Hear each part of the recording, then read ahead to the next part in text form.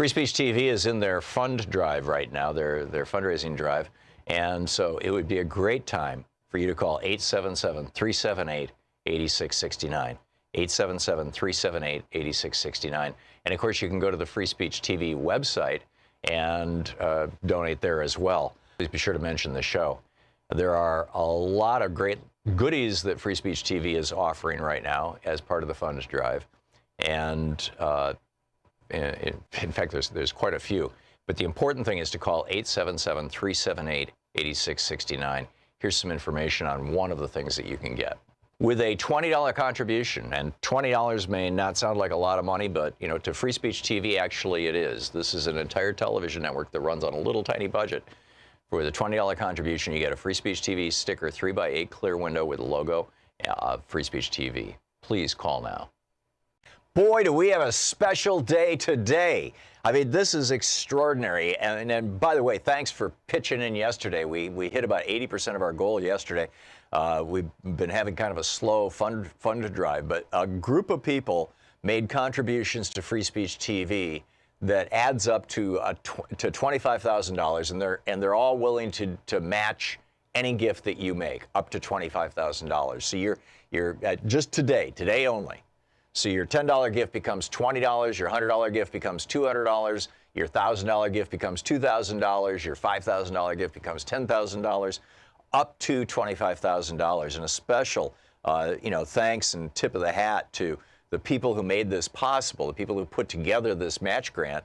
And that is Robert and Betty in Oregon, Christine B. in Florida, Anonymous in Washington, Claire in Mississippi, Sam in Cambridge, Suzanne in Catlett, Virginia, Lou and Patricia in Pennsylvania, David in China Grove, Catherine in Washington, Jean Kaplan in California, Andrew in San Diego, Nick and Lee in New York, Marilyn in Marin County, Diane in California, Jerry in California, Anonymous in North Carolina, Mac in Colorado, Allison in Phoenix, Julius in California, Kim N. in California, Carrick and Diane in Oregon, John and Diane in Colorado, Anonymous in South Carolina, the Evelyn Sherman Family Trust in Iowa, Cheryl Stevenson and Jim Cannon in Oregon, Frederick in Pennsylvania, Joan in Michigan, Margarita in Washington, and Paulette in New York. Thank you. And a special shout out to John in Washington, Susan in California, Joan in Michigan, and Mac in Colorado for significant gifts. But these gifts together as a match mean that whatever you give today, and today only, up to $25,000 will be matched. So please call now, 877-378-8669, 877-378-8669. Help us hit these goals so that we can actually keep this network going, we can keep this show on Free Speech TV, and just roll along into the future. And in particular, I'm very hopeful that we can hit our goals this time, because there's a couple of new shows that are going to be coming out, if everything works out and if we hit our goals, in February. And, I'm really excited. I'm really excited about this. And Free Speech TV is growing and is having tremendous success. I mean, this is, people are so hungry for good, solid, actual news and for commentary that's uncontaminated by corporate cash. I mean, people really want that. And here it is. Free Speech TV is providing it because of your help. So thanks so much to all those people who have put up the match. And now here, it's your opportunity to step up and have your contribution doubled today only. This is the only match this week. It's going to be today. It is today. And if you call now, your gift will be doubled. 877-378-8669. It's tax deductible. It's the end of the tax year here, or will be at the end of the month. So give us a shout now. With a $20 gift, you get the Free Speech TV clear window sticker. With a $60 gift, you get the Thom Hartmann Tag You're It coffee mug. With a $72 gift, you get the 2018 edition, the brand new edition, suitable for gifting, of my book, The Last Hours of Ancient Sunlight, which is I think a very important book on the environment. We have a documentary movie we're going to be I don't know if premiering or first screening is the right word, but January 5th in Oslo, Norway. I will be there for this. We're going to be screening this movie that I'm in and that Leo DiCaprio produced. It's called Ice on Fire. And it's in part based on this book, Last Hours of Ancient Sunlight, or that kind of inspired this. With a $120 gift, you get the Free Speech TV T-shirt and sticker. With a $240 gift, you can attend, and this is the only way to attend, a webinar that Louise and I are putting together on neurolinguistic programming, NLP, and personal growth, and using NLP in politics and business, but particularly in your personal life. With a $360 gift, there's a 5-book special, The Last Hours of Ancient Sunlight. I've told you about that. Unequal Protection, my book that explodes the story, the corrupt Supreme Court story from 1886 of how we got corporate personhood really, kind of nailed to the church door. Rebooting the American Dream by me, the Thom Hartmann Reader, a collection of a book that is a collection of chapters from others of my books. And Greg Palast's The Best Democracy Money Can Buy. That's with a $360 gift. With a $480 gift, which can also be $40 a month for a year. The $480 gift, you get everything that I have listed so far. The Last Hours of Ancient Sunlight, Unequal Protection, The Reader, Rebooting the American Dream, Best Democracy Money Can Buy, the Free Speech TV T-shirt, the sticker, the Thom Hartmann Tag You're It coffee mug, everything. And with a $1,000 gift, come to Portland and come hang out with us in the studio for the last hour of the show, and I'll take you to lunch. We'll have a chance to talk, and it'll be a good time. So again, thanks so much to the donors who made our match possible, and please call now and have your contribution doubled. This is your opportunity. We need to finish this week out. I realize tomorrow's Friday. There won't be a match tomorrow. But let's get this done today. Let's get as much as we can today while the donations are being doubled. 877-378-8669. Thank you so much.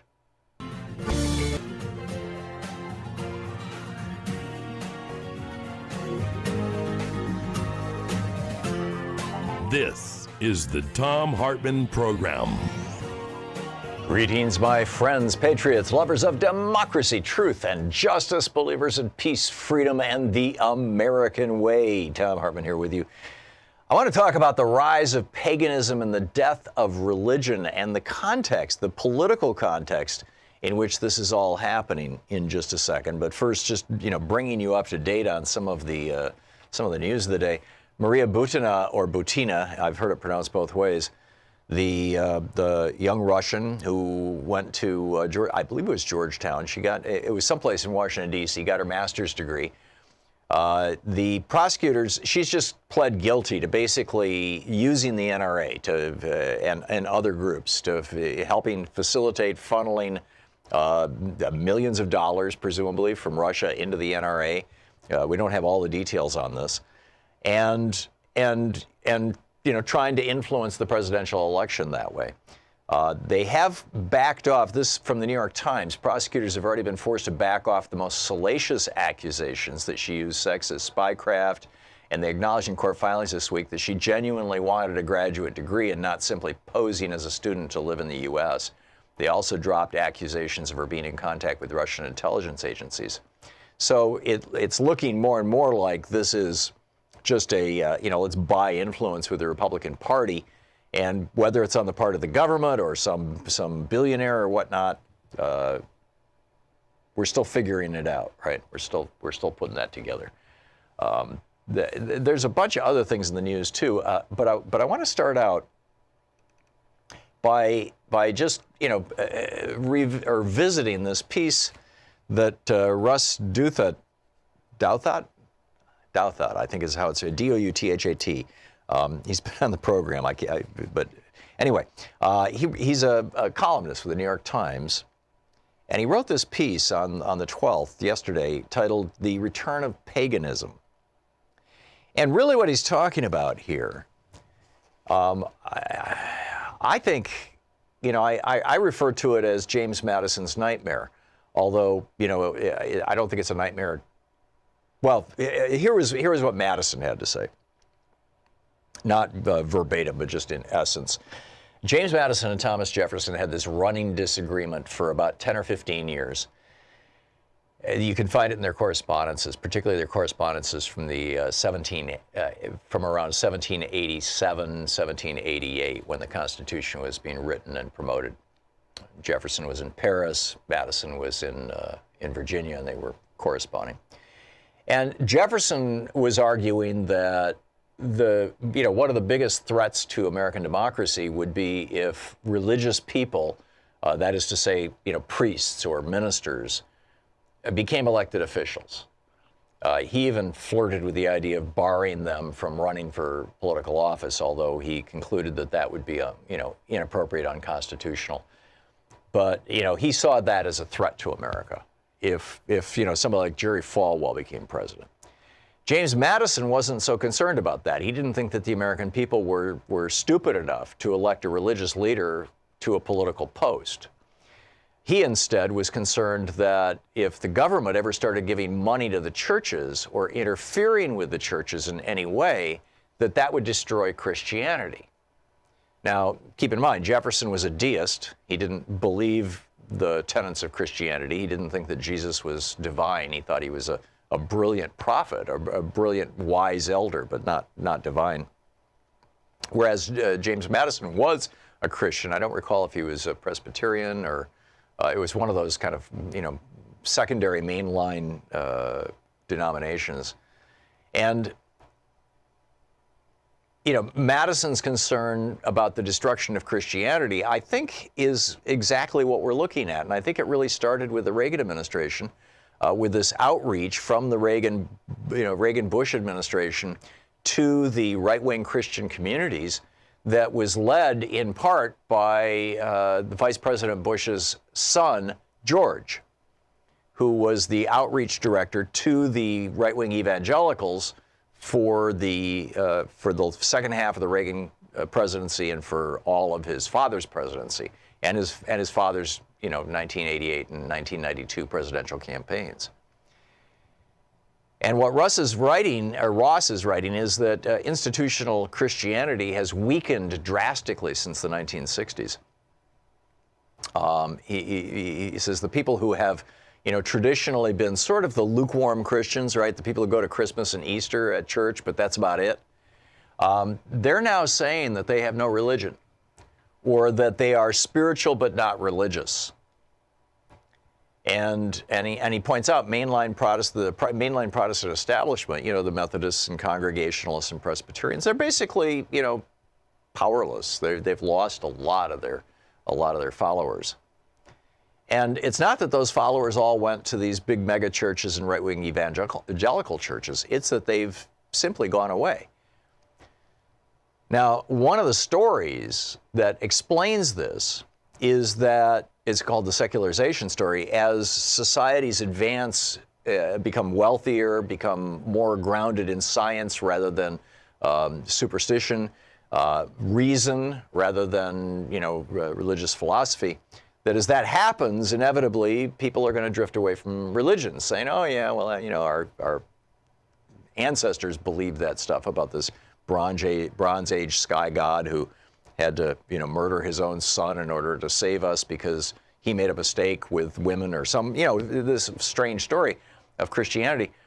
But the problem is that the number of Americans who say yes when asked if you've had a profound religious experience or awakening that redirected your life, the percentage of Americans who say yes is about twice what today what it was in 1960. So in 1960, more people were going to church, but fewer of them were describing religious experiences.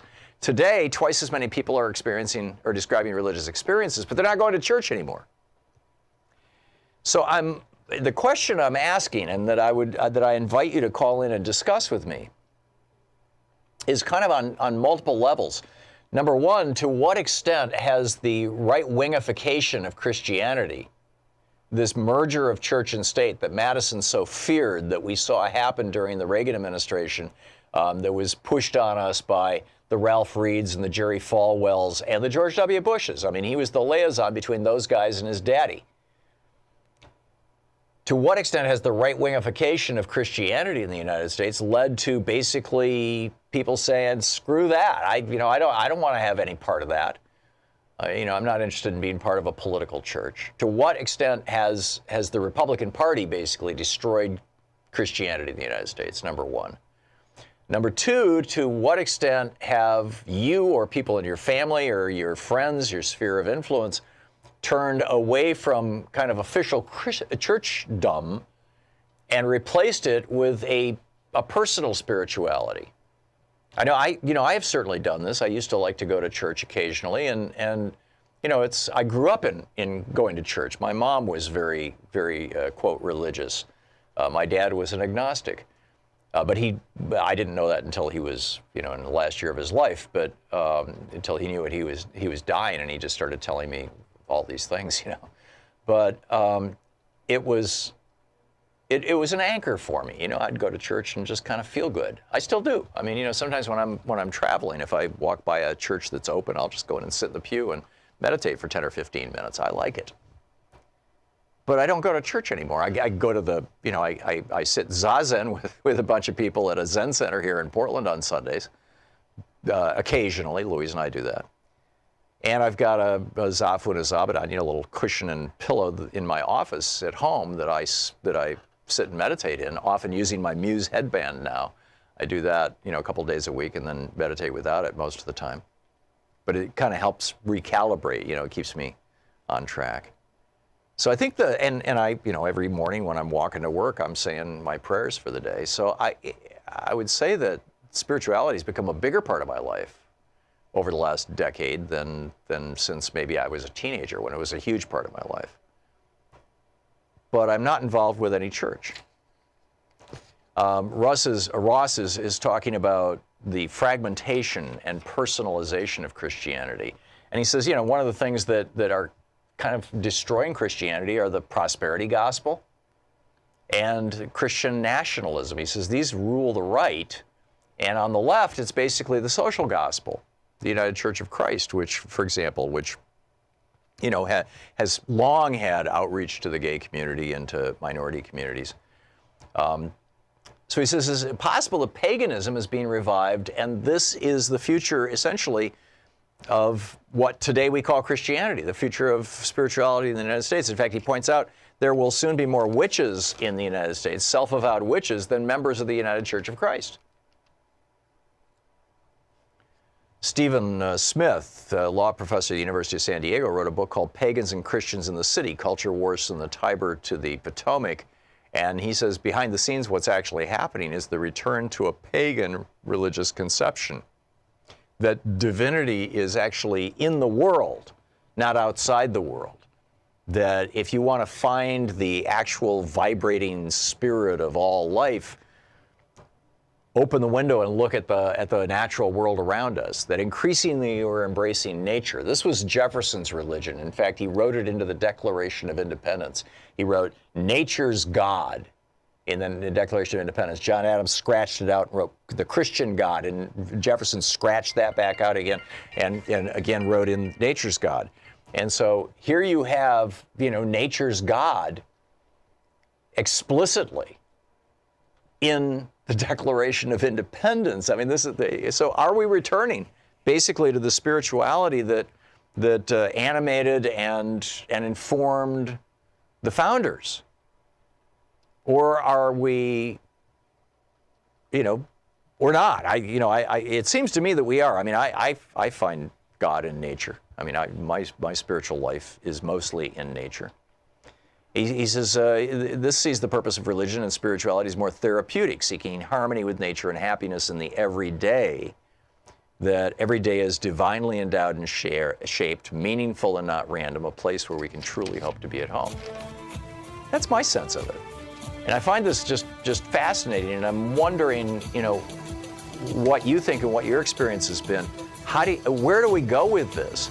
And what impact is the increasing politicization of religion having on religion itself? It seems to me that the whole right-wing thing is actually damaging Christianity.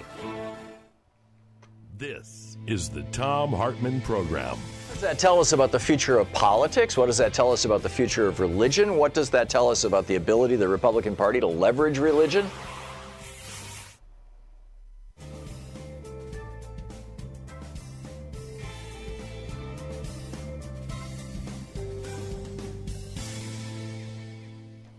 And welcome back.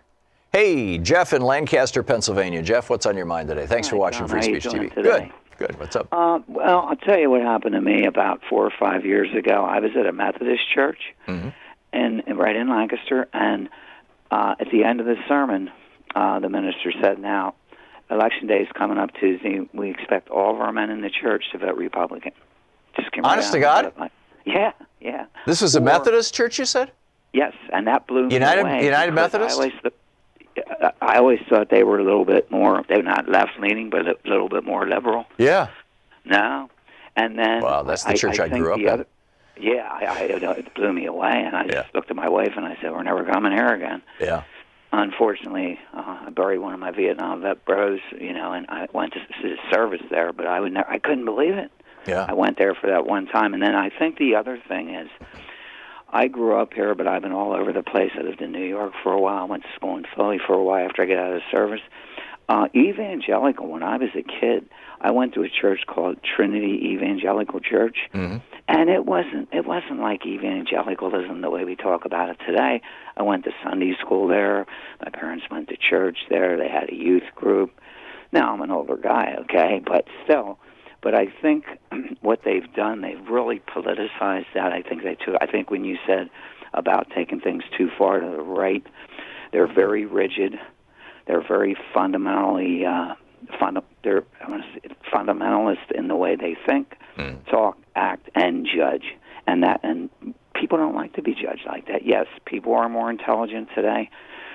I always had a problem with the Adam and Eve story because I thought, if you put two young people in that situation, what do you think they're going to do? But maybe I don't know. But guess what, Tom? I pray every single day, and I am a believer. But I just can't. I don't know how many churches I tried out, and it just doesn't work out for me.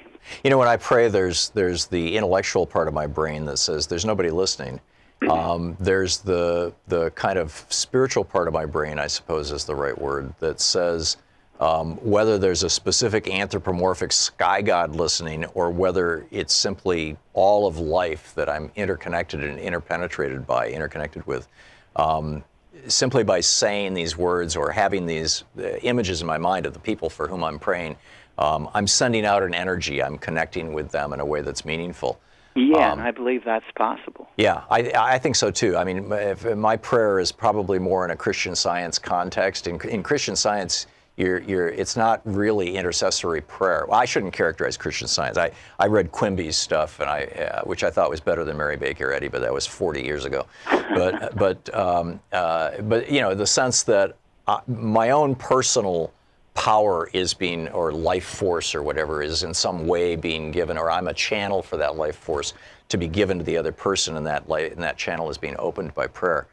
And it's also an opportunity. I mean, I pray for all the members of my family, ultimately for the whole world, and sometimes I end up praying for even Donald Trump. May he awaken. But it's also kind of a psychologically therapeutic thing. It's like I'm every day. I talk to my mom and dad, who are both dead. Every day I'm in contact with all these people. And, I don't know if that makes me crazy or if that just makes me a normal person. I think so. Jeff, thanks for the conversation and the story. It's a fascinating one. I appreciate the call. We'll be right back. It's coming up on 23 minutes past the hour, 22 and change. We'll be right back.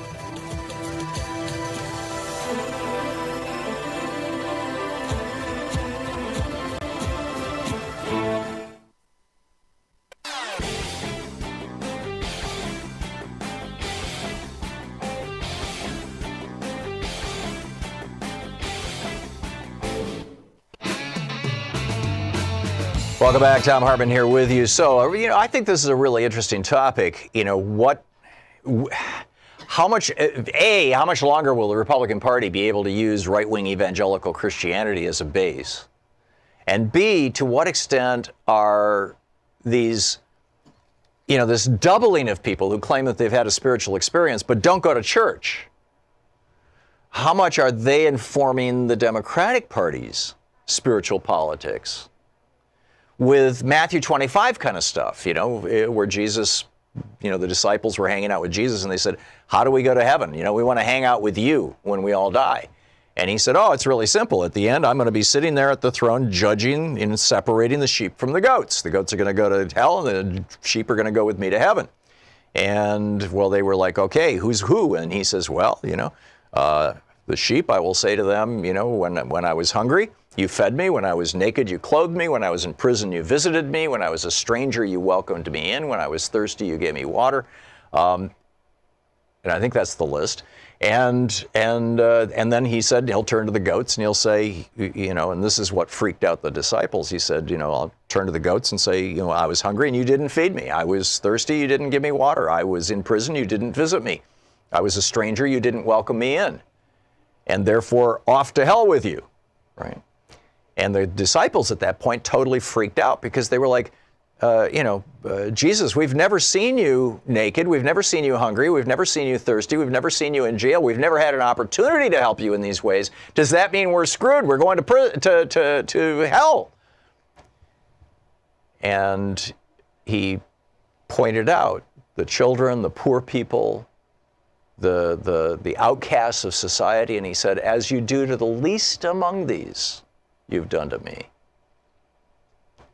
And, if that's not the progressive message, I don't know what is.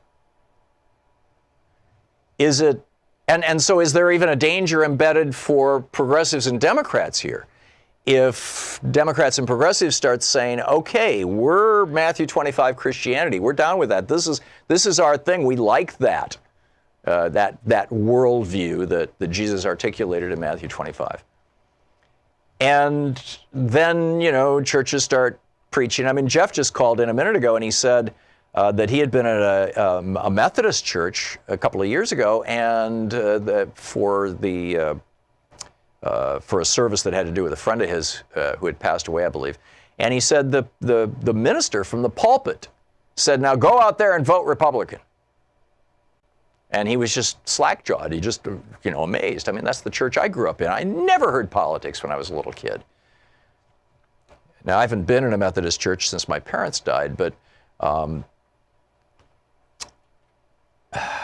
so anyhow, the question is, if the Democrats start embracing this, and there are progressive churches, the United Church of Christ is a very progressive church.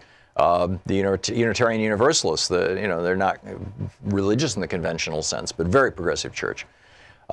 If the Democrats start embracing that, are they going to end up ruining a religion the same way the Republicans have ruined right-wing Christianity? Or is it that the Republican influence on right-wing Christianity or on fundamentalist Christianity has been basically to bring this so-called prosperity gospel? Give money to our mega church, help the pastor buy a new private jet, and you will get rich. It's no longer you're going to go to heaven. No longer, you're going to be among the sheep. Now it's, no, money will pour out of the sky for you. And, a lot of people are saying this is just ruining Christianity, ruining the Republican Party. Does the Democratic Party face a similar danger? I'll pick up your calls on this topic right after the break. I also want to share with you evil Mike Pence and Jack London's The Iron Heel. Some just amazing stuff. Stick around.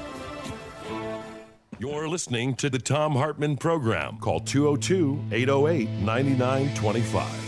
It's the True People's Media, the Thom Hartmann Program. Stick around. We'll be right back.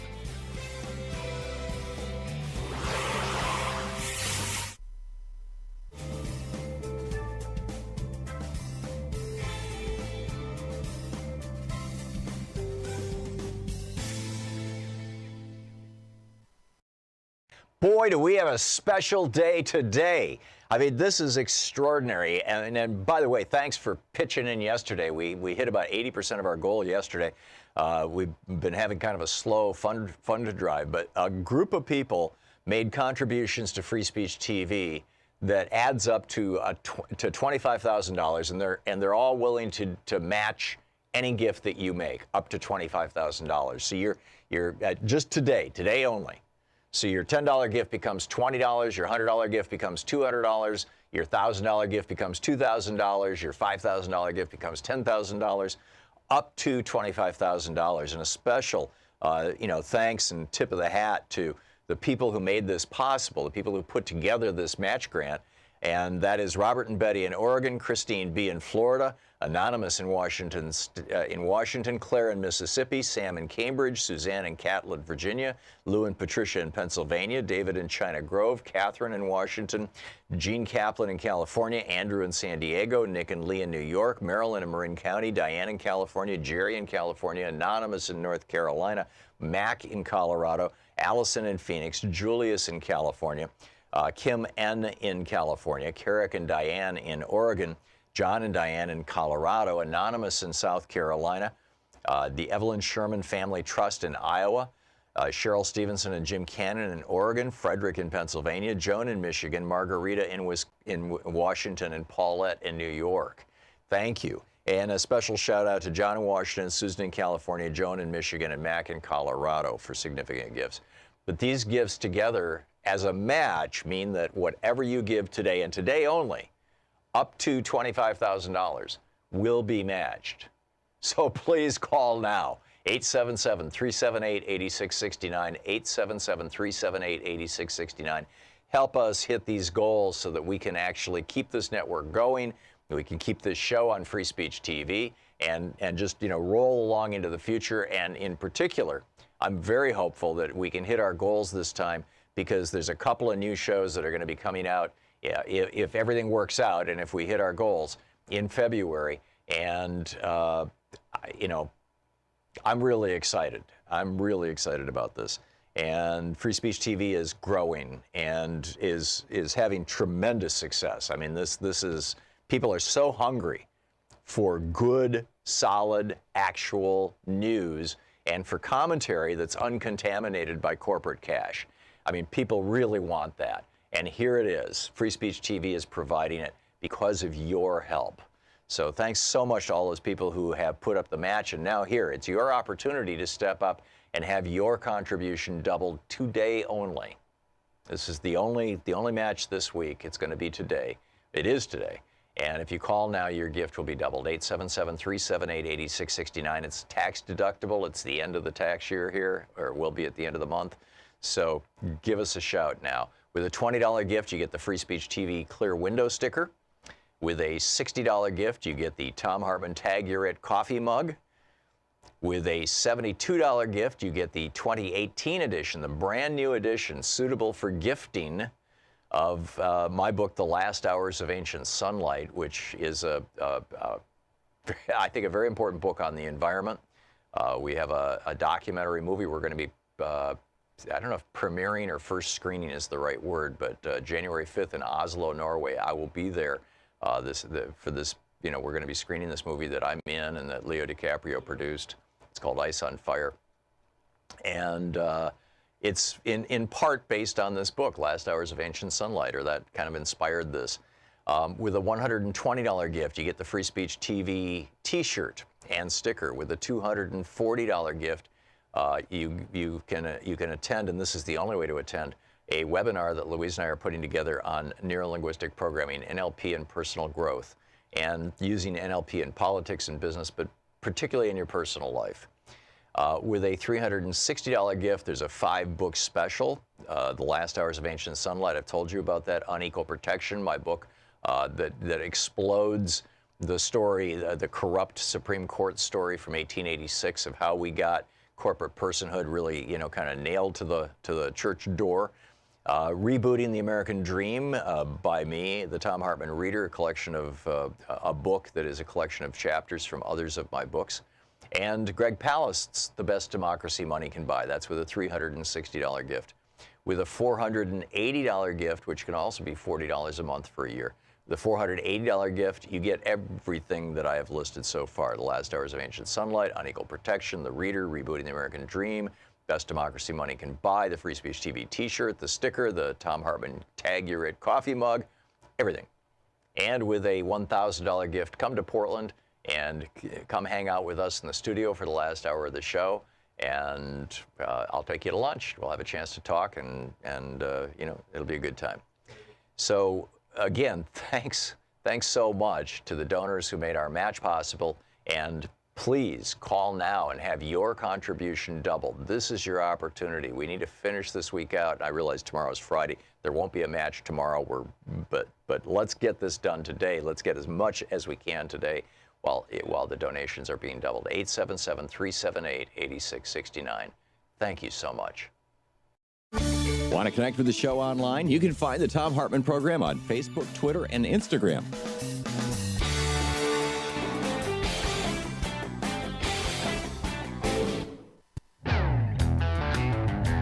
34 minutes past the hour. Welcome back. Thom Hartmann here with you. Our old friend Roy Tuckman, no, he's not old enough to have known James Madison personally, but he says that he sent us a note, and thank you, Roy, that Madison was baptized an Anglican and educated as a Presbyterian plus logician.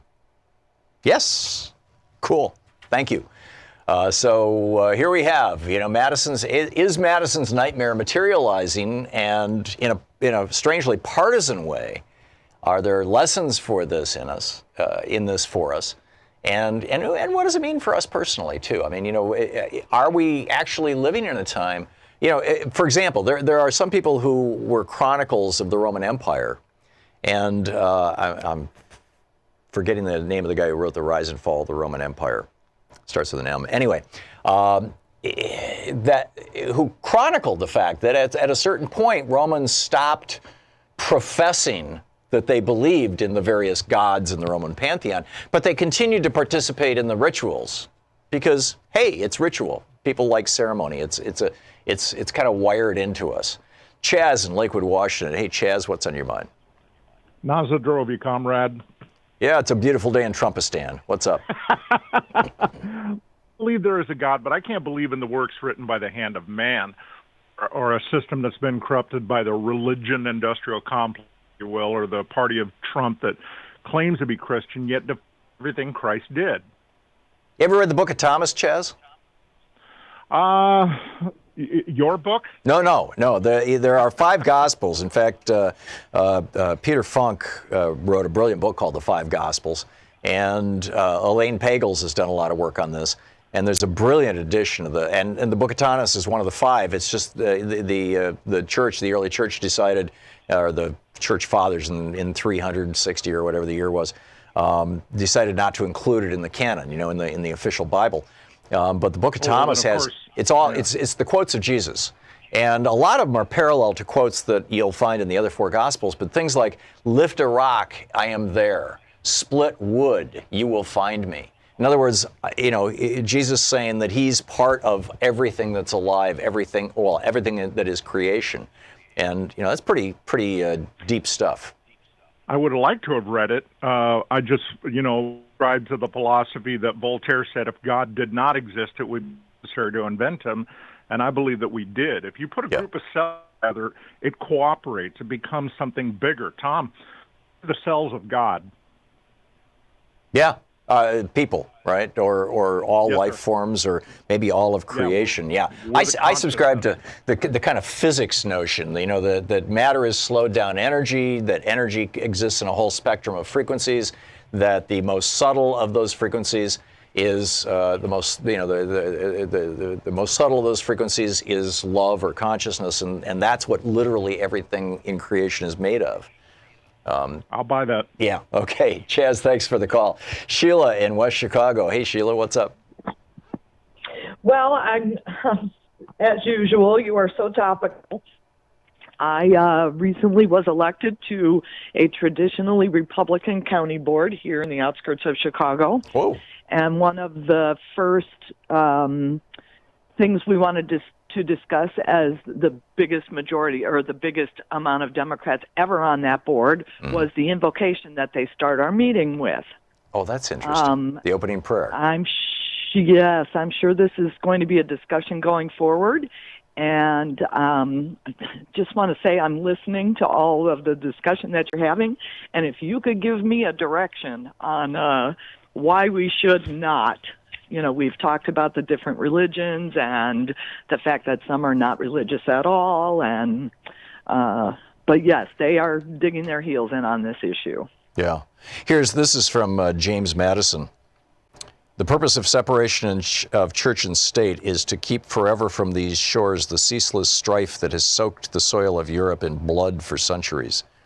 Notwithstanding the general progress made within the last 2 centuries in favor of this branch of liberty and the full establishment of it in some parts of our country, there remains in others a strong bias toward the old error that without some sort of alliance or coalition between government and religion, neither can be duly supported. Such indeed is the tendency to such a coalition, and such its corrupting influence on both the parties, that the danger cannot be too carefully guarded against. And in a government that's a wonderful place. Yeah, and in a government of opinion like ours, the only effectual guard must be found in the soundness and stability of the general opinion on the subject. Every new and successful example, therefore, of a perfect separation between ecclesiastical and civil matters is of great importance.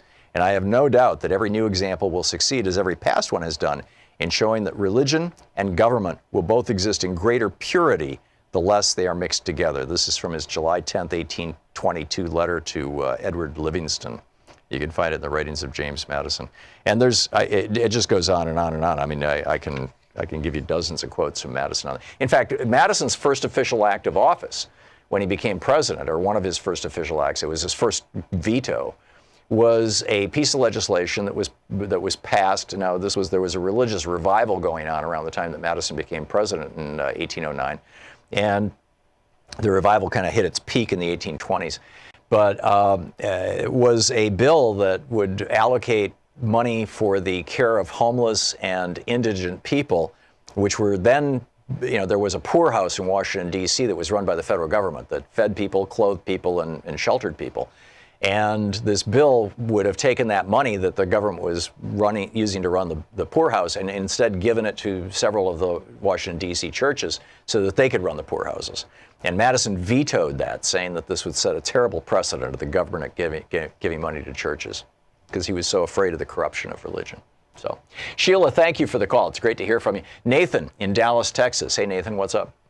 Yes, as usual, listening on hold. When you said, have you listened to have you read the book of Thomas? I nearly dropped my phone laughing when he asked if it was your book. Yeah. I just wanted to point out that America is still the most religiously devout country in the world. But at least among the developed countries. No. At some point, the religion was switched. There was a switcheroo, and capitalism and Catholicism and Christianity were switched out. So the one true American religion is capitalism, and that is what we follow blindly. Yes, and so that's the state religion. That is the state religion. That I mean, it fits all of the paradigms that you can possibly line up. Right, it's a belief in something that's unseen. There's no evidence that it actually works. It's blind faith. Yeah, there you go. That's okay. Do we have a state religion? Is it capitalism? That's a great question. Veronica in Chapel, Nebraska. Hey, Veronica, what's up? Hi, Tom. It's been really hard to get through to you. I've been trying for 2 years. Oh my. Well, thank you for finally accomplishing it this morning. Yeah. Surprise, surprise. On religion, there's this thing where every church that I've gone to, that is Christian, seems to think that if you ask God or Christ for forgiveness, then you're forgiven. You don't have to change your behavior. You just have to ask for forgiveness. Yeah, this is kind of the battle that I think James engaged. The phrase, and I believe it's from the book of James, or James's letter, is faith without acts is dead. Yeah. And I find that in every religion, they molest and rape their children and beat them and are nasty to anybody who's not in their religion. Mm-hmm. And I don't believe that any of us are better than anybody else. There's almost an element of in-group stuff here. It's like, if you go to a Republican meeting and you proclaim your hatred of Democrats and your embrace of capitalism or something, they'll say, "Oh, he's one of us. He's made the confessional statement." And religion's kind of the same thing. You make the confession, and oh yeah, you're one of us. And the other thing is that most, like the Bibles out there have been co-edited and written by governments. And well, the Roman government specifically, and by people. Excellent points all, Veronica. Thank you for the call. Richard in Lincoln, Nebraska. Hey, Richard, it says you say I'm misrepresenting religion. How so? Well, I'm a recently retired United Methodist pastor, and some of us are far more liberal than what you're making it sound. Well, I grew up in the United Methodist Church. I always thought it was a liberal church. We had one caller who called earlier and said he was in a Methodist church, and the preacher said, now go out and vote Republican.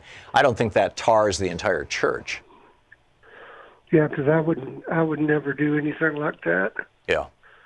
And nobody that I know, I don't think would ever do that. And yet it's being done from the pulpit on a daily basis in evangelical churches. Yeah. But we're not evangelicals. Yeah. Well, what does that do, though, to the other Christian churches? I mean, a lot of people can't distinguish between the North Lansing Church of God and the North Lansing United Methodist Church. It's yeah, that's a major problem. So how do you as a Methodist minister, how do you deal with it? How do you address that when people in your congregation lobby you to become political? Well, that's not really happened. I would just have to say, vote your conscience. Yeah, that's interesting. So in the Methodist Church, you didn't experience that kind of pressure. That's fascinating. Richard, thank you for sharing your story with us, and thank you for calling in. And I agree. Religion is not it's not. I was going to say it's not monotheistic. Of course it is, unless you want to get into a Trinity debate. It's not monolithic. It's not all one thing. It's not all of one nature. Yeah, and I think that I personally think this turn toward paganism is actually a really good thing. You're listening to Thom Hartmann. Visit thomhartmann.com for audio and video archive. Because like I said, if you read the book of Thomas, you find what we call paganism today right there in the words of Jesus. And I think you'll find it in lots of other places in the Bible as well.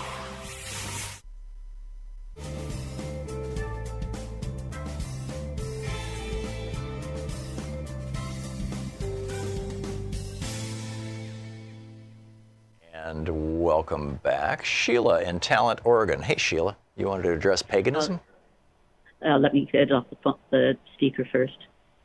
I don't know if I would address it as paganism, that I'm a pagan, but Christianity, I just guess I hold Christianity responsible. Are you still there? Yeah, you're on the air. Hello. I think I hold Christianity at least used as a tool.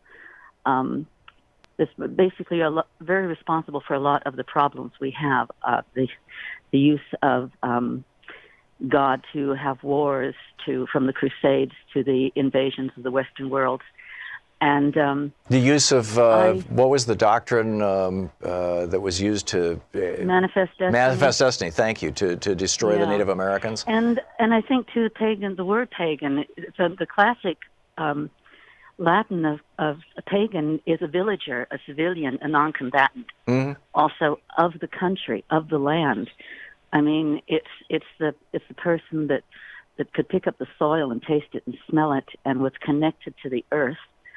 It's your gods were in the earth. You were no better than the deer you hunted, so you gave thanks for it giving its life to you, the way the indigenous, and we were all indigenous once. Mm-hmm. I'm indigenous maybe to my ancestry is to 3 continents.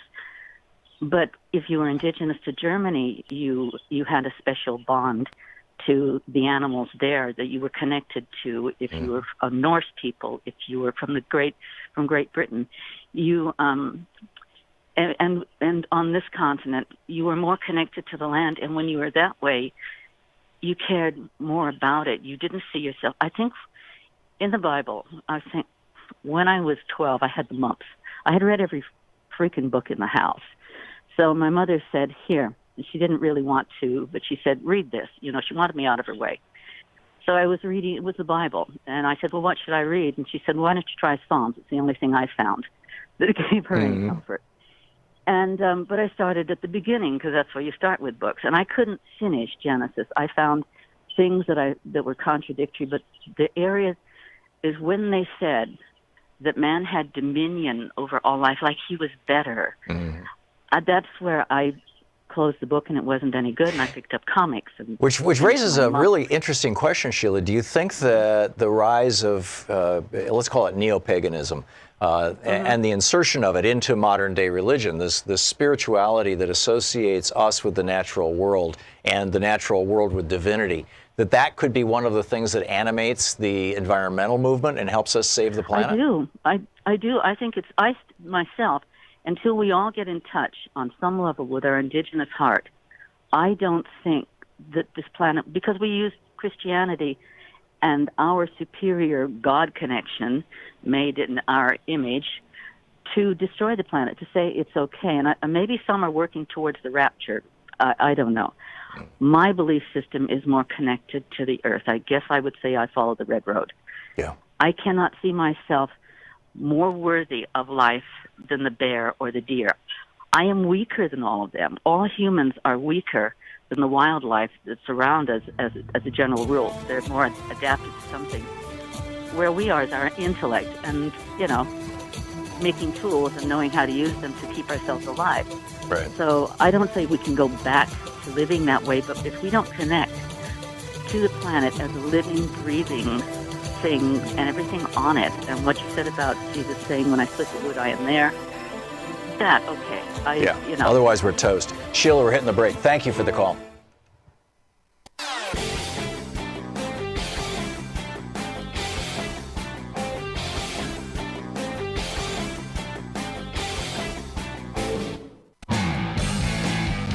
We were just talking with Sheila. She was suggesting that that the thing that might save the earth is this mixing of traditional pagan concepts. That is, that divinity can be found in the tree outside, in the sky, not as in an anthropomorphic sky god, but just literally in the sky. The birds flying by, the grass under our feet, the air that we breathe. That it's all alive. It's all divine. It's all what is. And the more we immerse ourselves in that perspective and that understanding, the more likely we are to save this earth and thus save the human race from extinction. Tony in Ben Lomond, California. Hey, Tony, what's up?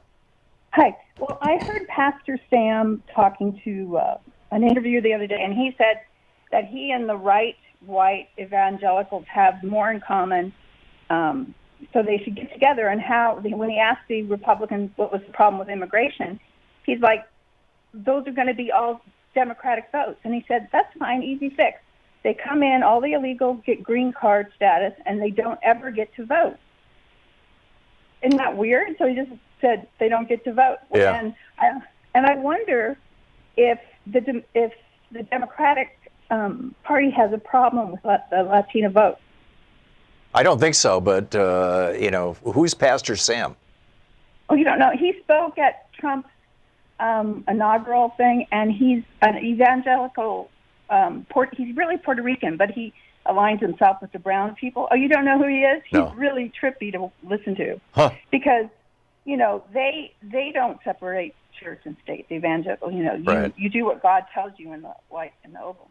Yeah, even though Jesus separated church and state, when the guy came to him and said, should I pay my taxes? He was like, render unto Caesar what is Caesar's and render unto God what is God's, which I think is an argument for separating church and state. That's fascinating. Tony, I'm going to have to check out Pastor Sam. Thanks for the call. David in Glen Haven, California. Hey, David. Hey, how are you? Good. What a wonderful show. Thank you. My God. I'm sitting out here looking at the oldest lake in North America, and we're all connected, sir. Yes, I agree. And I just wanted to share with you a quote from Ingersoll. The clergy knows that I know that they don't know. Ha! That's great.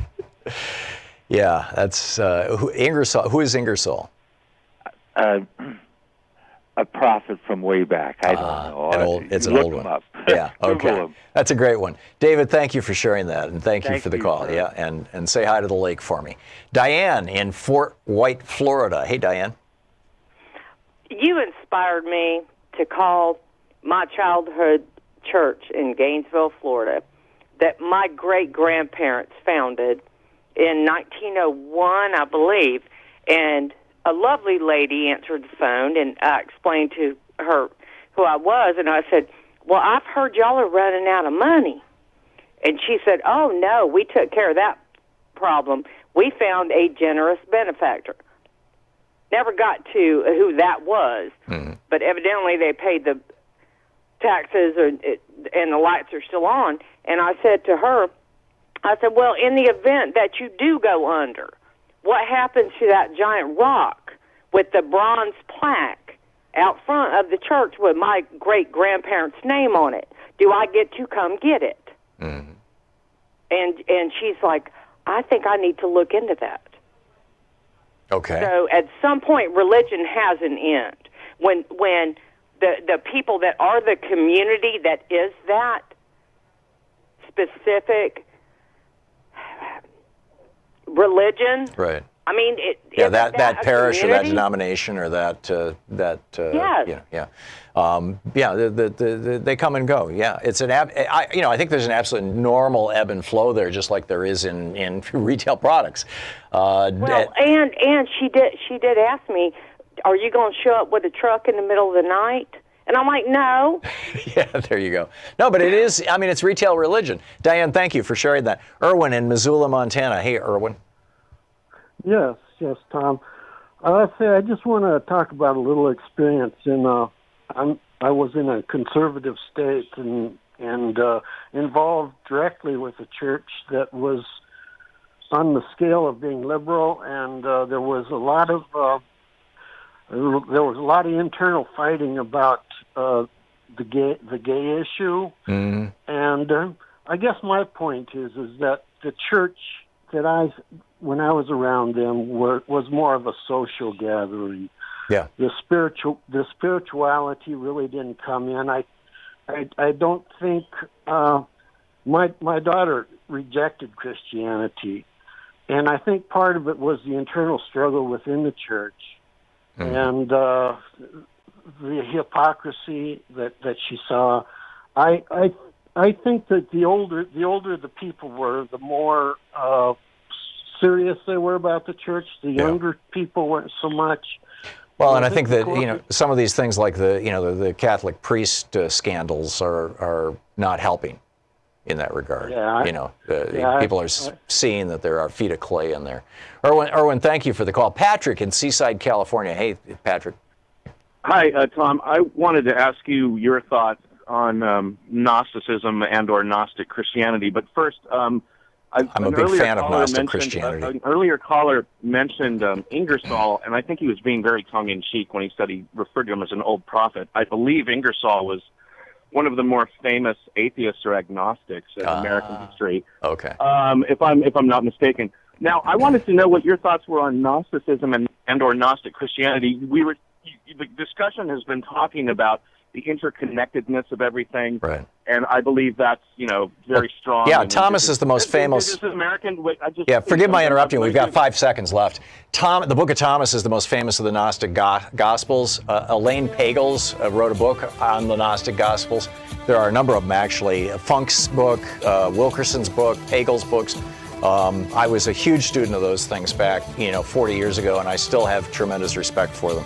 So Gnostic Christianity is kind of a long ago version of this kind of merger of paganism and Christianity. I think it's a good and healthy thing. Patrick, I got to run. Thanks for the call. We'll be right back. You're listening to Thom Hartmann. From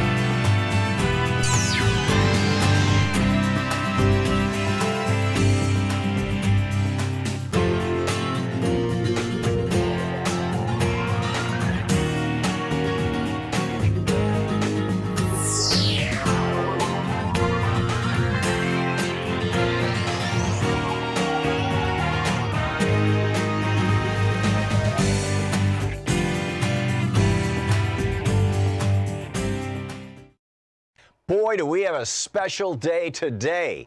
I mean, this is extraordinary. And by the way, thanks for pitching in yesterday. We hit about 80% of our goal yesterday. We've been having kind of a slow fund drive, but a group of people made contributions to Free Speech TV that adds up to $25,000, and they're all willing to match any gift that you make up to $25,000. So you're just today only. So your $10 gift becomes $20, your $100 gift becomes $200, your $1,000 gift becomes $2,000, your $5,000 gift becomes $10,000, up to $25,000. And a special, thanks and tip of the hat to the people who made this possible, the people who put together this match grant.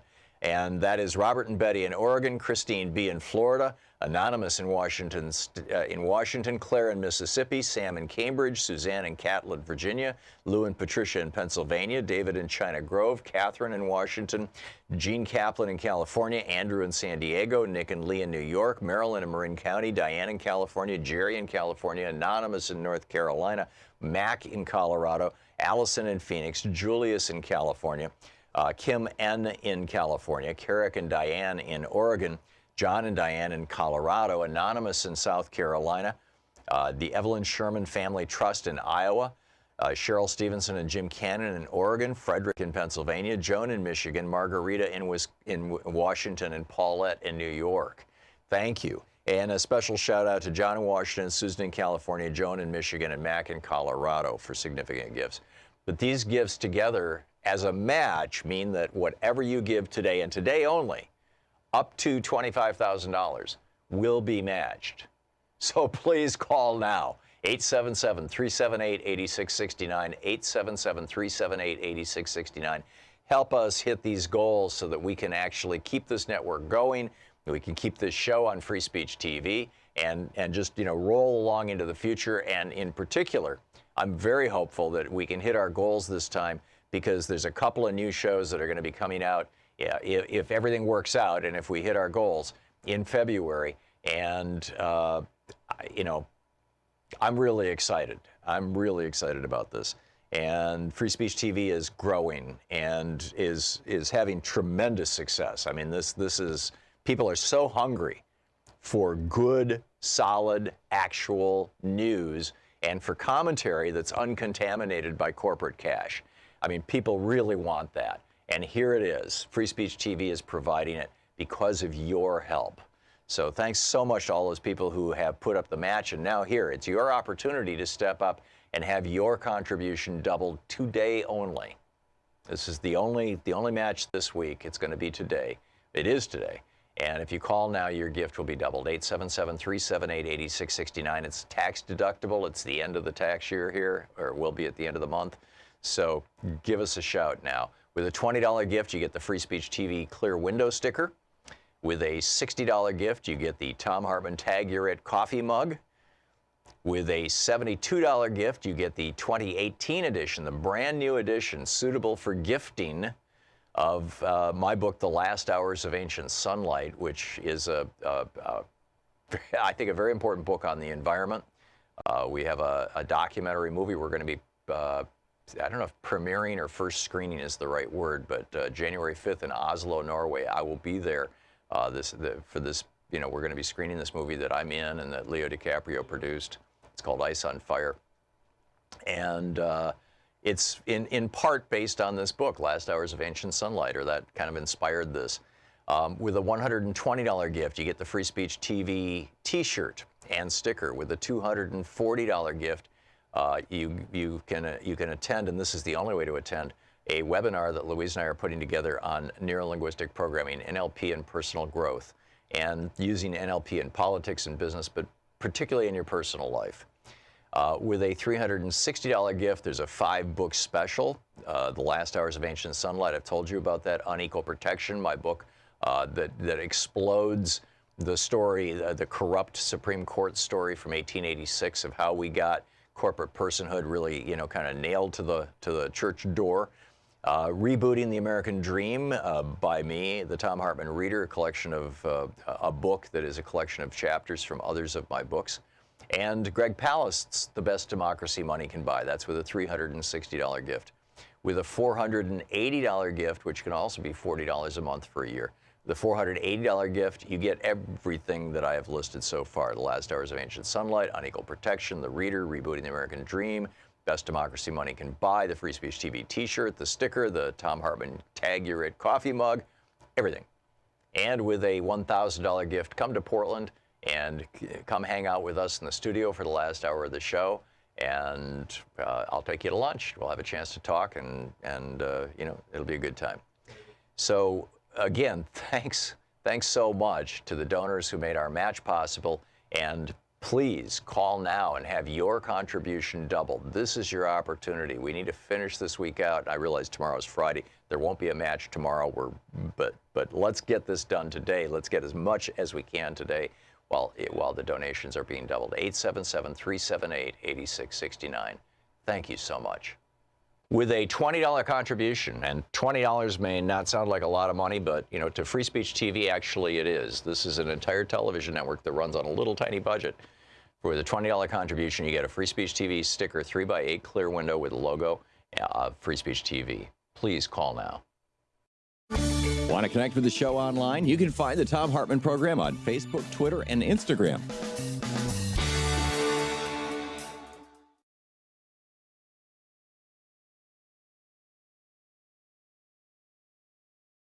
Free Speech TV is in their fund drive right now, their fundraising drive, and so it would be a great time for you to call 877-378-8669. 877-378-8669. And of course, you can go to the Free Speech TV website and donate there as well. Please be sure to mention the show. There are a lot of great goodies that Free Speech TV is offering right now as part of the funds drive. And in fact, there's quite a few. But the important thing is to call 877-378-8669.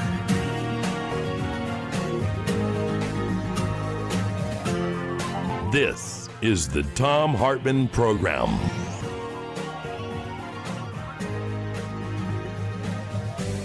And welcome back. Thom Hartmann here with you. And on the line with us, our old buddy, Professor Richard Wolff. He is the economist and co-founder of Democracy at Work, the author most recently of Capitalism's Crisis Deepens, Essays on the Global Economic Meltdown. His website, democracyatwork.info. Also rdwolf with 2 Fs.com. You can tweet him at Prof. Wolf, as in Professor Wolf, with 2 Fs, or at Democracy at WRK. Professor Wolff, welcome back to the program. Thank you, Tom. Glad to be here. It's great having you with us. Brexit is at the top of the headlines right now, and I wanted to get your thoughts on what's going on there, where it came from, where it's going. Is the EU a neoliberal experiment or not? And also, I'm hearing, in fact, I heard it yesterday on, I believe it was France 24, that a lot of the people who are participating in the Yellow Vest movement are saying time to withdraw from the EU. That sentiment is growing across France, and I'm wondering your thoughts on that whole constellation of stuff. Well, I think it's a remarkable development. I think the Yellow Jackets in France represent, I'll go out on a limb, a historic emergence of the mass of people back into active political engagement. It's absolutely extraordinary, I think, for anybody who takes democracy seriously. But take a step back. What all of this is, what you point to in the polls in France, the whole Brexit story, is a kind of delayed reaction of millions, tens of millions, hundreds of millions of Europeans to the crash of 2008. I'll overstate it, but I'll say roughly that you might think of what happened in Europe afterwards as having something like the famous deer caught in the headlights of an oncoming car, frozen, even though the animal understands it has to get out of the way. The French people, the British people, thought that the economic downturn of 2008 would not last too long. They were wrong. They hoped they'd get through it without suffering. They were wrong.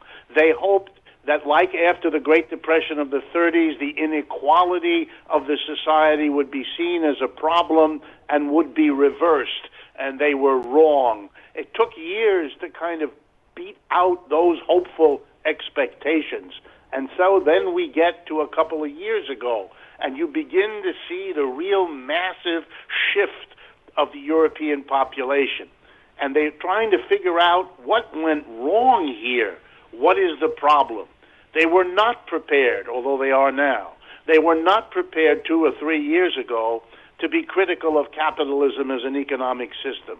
They were looking for easier problems to solve, simpler problems to solve. And so some of them got drawn into really, in retrospect, crazy ideas you latch on to because you're afraid of dealing with the real problem, and you hope that this easier to solve problem will get you out of the fix. So the British, for example, decided in large numbers that their problem was being part of Europe. Frankly, as an economist and everything else, that's crazy. And everything that has happened in Britain since that time shows how crazy this is. The country is ripped apart by those who want to leave and those who want to stay. The governing party of the Tories is literally in free fall of disintegration. The mass of British people's situation does not get better. It gets worse. The uncertainty, it's a craziness. You saw the same kind of craziness in many European countries as you did here in the United States, where the upset about the crisis, the upset about the bailouts of the very big banks who brought us the crisis, and then using the money that the state borrowed to bail out the banks as the excuse for why we have a bad deficit and therefore we have to have austerity for the mass of people. It really is too much. And so Europeans decided, again, this is crazy, that immigrants were their problem, just like we had here in the United States. That these people coming into this part of the world, usually desperate, usually refugees, usually hounded by war as well as economic limits, are somehow the problem, and if we stop the invasion, well, then our problems will be solved. It doesn't work. It has nothing to do with it, but you're seeing the kind of play before the play. It's the last gasp of folks who know there's a serious problem, who've avoided facing that it lies right in the core of the economic system, and they're trying to find some other way out. Having said all of that, I think the French Yellow Jacket movement is, in fact, the antidote. It is a movement that is not focused on immigrants, is not focused on hardly any of the distractions. You're right. The notion that somehow being part of the EU, because that's something that changed over the last short period of time, is the root of their problem. But that'll dissipate pretty quick, because mostly what the Gilets jaunes, the Yellow Jackets, are about is demanding economic change to no longer suffer the declining job security, the loss of benefits, the reduced public services, the scarcity of good jobs, the very things that everybody is suffering for the last 10 years, that those are the issues. They have to be addressed directly, and if the political party system can't do it, well, then the people will go into the streets with their yellow jackets and make the changes happen. I really think we're at a very nodal point of change in modern history. I heard Andrew Sullivan yesterday speaking to this, basically speaking on behalf of Brexit, or at least rationalizing it, pointing out that, and I haven't been able to validate these numbers, it seems like it might be hyperbolic, but that from the time that basically the UK joining the European Union erased the borders, right? And so anybody in the European Union, any citizen of any country in the EU, could emigrate to England, and England was a very, very wealthy nation, and there's a lot of really, really poor nations in the EU, particularly as they absorb things like Poland and Hungary and whatnot, and so you've got this Polish plumber, these ads that the right wing was using in the UK to point out that In fact, wages have been driven down by immigration, and his point was that more people immigrated into the UK from the time the UK joined the EU to today than immigrated into the UK from the Norman invasion to the time of the forming of the EU, that it was that radical a change. There's something like a 30% increase in the population of Great Britain during this period of time, and the consequence of that was that it drove down wages substantially, and that's what people are reacting to. Is he wrong? No, he's got, as usual, he's got his finger on something that is real, but he's hyping the significance. Look, there are benefits when you bring in cheap labor. The fact of the matter is, every time you had a plumber coming from Poland, you had someone willing to work with high skills at a fraction of the price of a British laborer.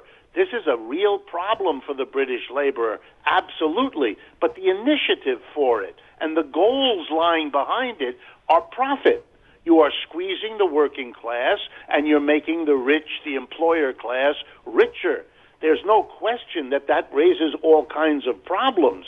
But the problem is a system that works this way rather than picking up on the detail that it's a Polish plumber rather than somebody else. In a different society, you would say either you can't come in, or if you're going to let these people come in, then you have to do something to guarantee the livelihoods of the people who were here before, as well as accommodating the influx of those who want to come.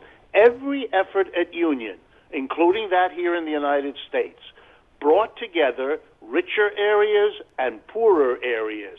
And the poor tend to leave the areas they're in to go to the richer areas if they can, because it makes their lives better. We used to celebrate that the country, the United States, which for a long time was the major welcomer of poorer people willing to work for less money into the United States, was a crucial part of building up our economic system. That's because we had work for them to do. That's because we provided jobs and housing and so on. If you didn't, then you would have had the backlash that you have in Europe. But the problem is not that we can't find work for people to do. Britain is an old country desperately in need of rebuilding its cities, its housing, not even to speak of a Green New Deal in order to deal with the ecological problems. There's more than enough work for the local people and for the immigrants.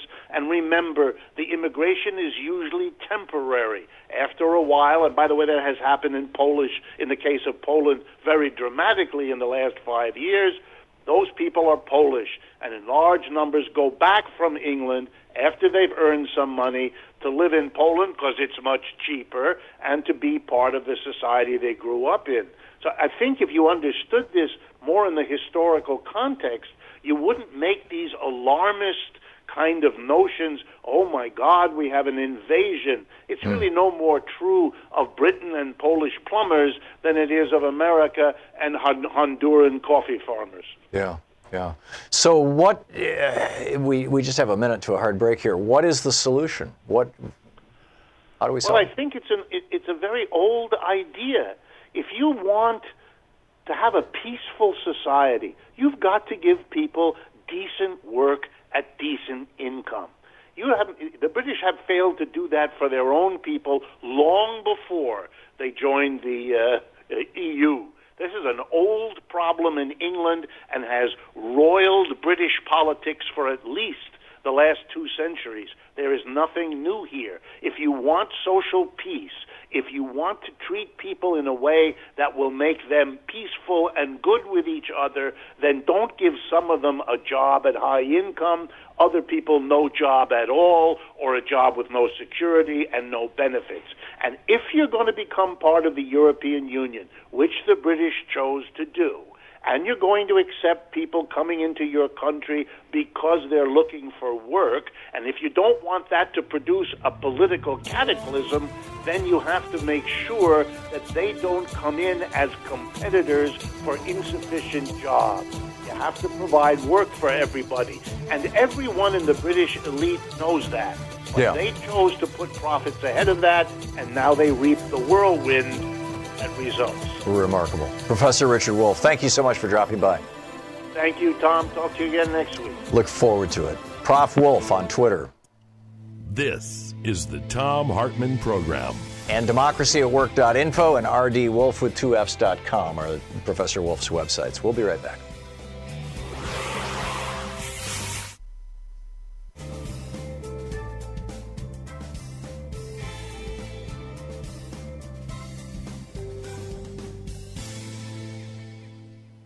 And welcome back. Bill in Princeton, Indiana. Hey, Bill, what's on your mind today? Thanks for watching Free Speech. Oh, I really enjoy your program, but you need to call me every day because I watch, all the people that come and talk and watch it all, and there's so much that needs to be added to what you say. But I want to start with one thing. Talking about the church, what you're looking for, I've been listening to everybody, and what you're looking for is the ELCA Lutheran Church, and EL is Evangelicals of America. Now, they got several senates, but the American Senate is the liberal. Okay, we I've even had a gay woman pastor. Okay, and what people don't understand is you need to Sunday school, and that's what you have to have, so you can study this and find out about it. But a theologian, have you ever listened to a theologian? I have, yeah. Yeah, and how much your thoughts change of what's going on. And another thing, what people have to realize that they're not realizing is the Old Testament is the law. That's what it's meant for, the law. Okay? And then Jesus comes. Well, he also said, not one jot or tittle shall pass from the law. Yeah, that's not right. one crossing of the T or dotting of the I. So, in other words, the law still stands, which is, we've largely rejected that law. People wear clothing made out of two different kind of fabrics. They eat pigs and shellfish. Yeah, but the New Testament changes all that. Well, no, that's not what Jesus said. And so that's, you've got to. He said he was the fulfillment of the law, but he didn't set the law aside. Well, the most important part you're missing is faith is the only answer. Yeah. Faith. When you feel that faith, you know it. Okay? Well, that's getting back to my original point that what we're seeing in the United States, Bill, is the replacement of structured, organized, catechismical religion being replaced by a fundamental spirituality that is grounded in personal experience. Them are called feel-good churches. Which? The ones that people go to because they think they should go to church every week, or the ones that people go to because they feel good? The ones that go there and play music and do all kind of other stuff instead of reading the gospel. In a Lutheran church, it's like the Catholic, okay? Well, sort of. Understand that? I mean, Martin Luther was... he took on the Catholics. He took on the church. But yeah, I get your point. Yeah. Yeah. I mean, this was the beginning of Protestantism. He was the first protester essentially when he nailed his 99 Theses to the church in what was it? Koval? No, Coburg. I forget where the church was. Anyway, Bill, thank you for the call. Excellent point. 22 minutes past the hour. We'll be right back. Stick around.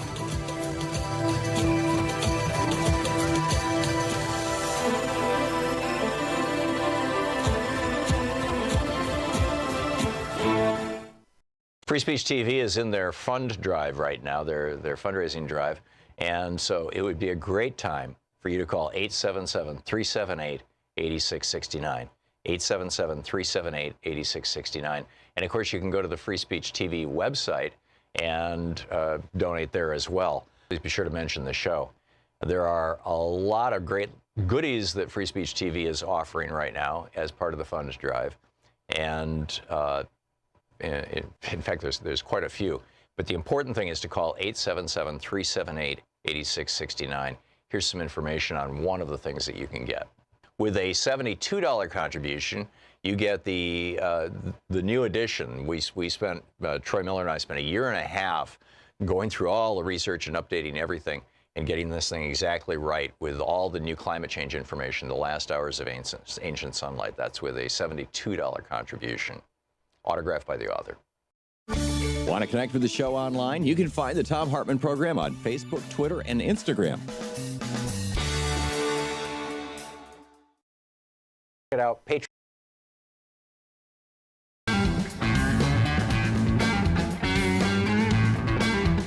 Welcome back. Thom Hartmann here with you. We, in our first hour, I was asking the question, based on a piece that Russ Douthat, or however he pronounces his last name, wrote for the New York Times, about how modern Christianity in the United States seems to be collapsing. Now, we saw this in Europe, 20 years earlier, or 30 years earlier, that the churches are kind of dying outside of ceremonial functions, weddings and funerals and things like that, and baptisms, I suppose. But here in the United States, that there's this fairly aggressive move, large number of people moving out of, quote, mainstream Christianity, out of churchdom and into spirituality. And in fact, the number of people now compared to 1960 who say that they've had a personal spiritual experience that has changed their lives has doubled. And yet church attendance is radically down. And so, I was pointing out, this is James Madison's nightmare. Madison and Jefferson had this running debate in their letters, particularly in the 1787-1788 era, during their debates about the Constitution, where Jefferson wanted the Constitution to explicitly say that there would be no state religion in the United States. And he even toyed with the idea of preachers can't run for public office. Madison, on the other hand, was concerned that if the government ever gave money to churches or had any regulatory role with regard to churches, it would corrupt the churches. And which is why his first veto, one of his first acts in office, was to veto a bill that gave the money that Washington, D.C. was using to run their poorhouses. And the George Washington administration was the first welfare program in the United States, provided food, medical care, housing, and clothing to the indigent in Washington, D.C. The George Washington administration put this together. It was paid for by the federal government during Washington's administration, Adams's administration, and Jefferson's administration. And then when James Madison was elected, there was this religious revival going on, and these religious folks tried to say, we should take that money that the federal government is spending on the poor and instead give that to the churches and let them do it. Right? It was an early attempt to privatize these functions into the churches, and Madison struck that down. Said no, not going to have anything to do with that. That is a violation of the wall of separation between church and state. His phrase, and not in the veto document, but his phrase generally, and that we shouldn't do that. So we've been talking about that in the last hour. I've got a lot of other news here that I want to get to too. Maria Butina pleading guilty. We'll see where this goes. It looks like the NRA is in deep doo-doo.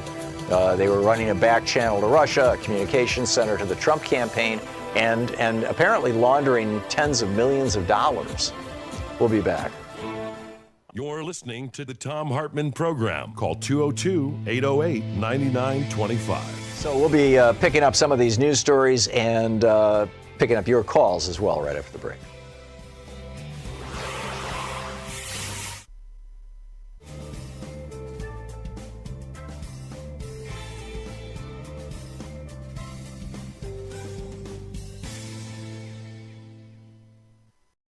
Boy, do we have a special day today.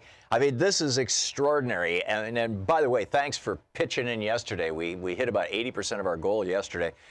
We've been having kind of a slow fund drive, but a group of people made contributions to Free Speech TV that adds up to $25,000, and they're all willing to match any gift that you make up to $25,000. So you're just today only.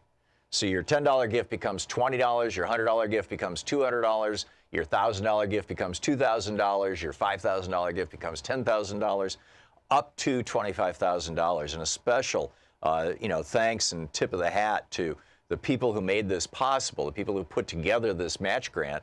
And that is Robert and Betty in Oregon, Christine B. in Florida, Anonymous in Washington, Claire in Mississippi, Sam in Cambridge, Suzanne in Catlett, Virginia, Lou and Patricia in Pennsylvania, David in China Grove, Catherine in Washington, Gene Kaplan in California, Andrew in San Diego, Nick and Lee in New York, Marilyn in Marin County, Diane in California, Jerry in California, Anonymous in North Carolina, Mac in Colorado, Allison in Phoenix, Julius in California, Kim N. in California, Carrick and Diane in Oregon, John and Diane in Colorado, Anonymous in South Carolina, the Evelyn Sherman Family Trust in Iowa, Cheryl Stevenson and Jim Cannon in Oregon, Frederick in Pennsylvania, Joan in Michigan, Margarita in Washington, and Paulette in New York. Thank you. And a special shout out to John in Washington, Susan in California, Joan in Michigan, and Mac in Colorado for significant gifts.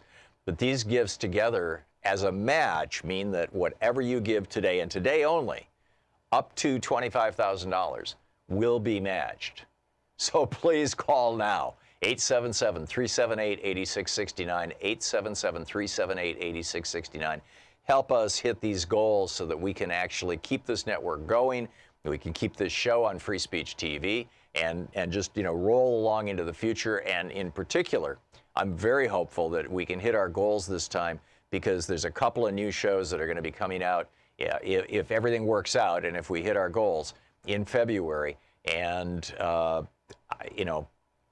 I'm really excited. I'm really excited about this.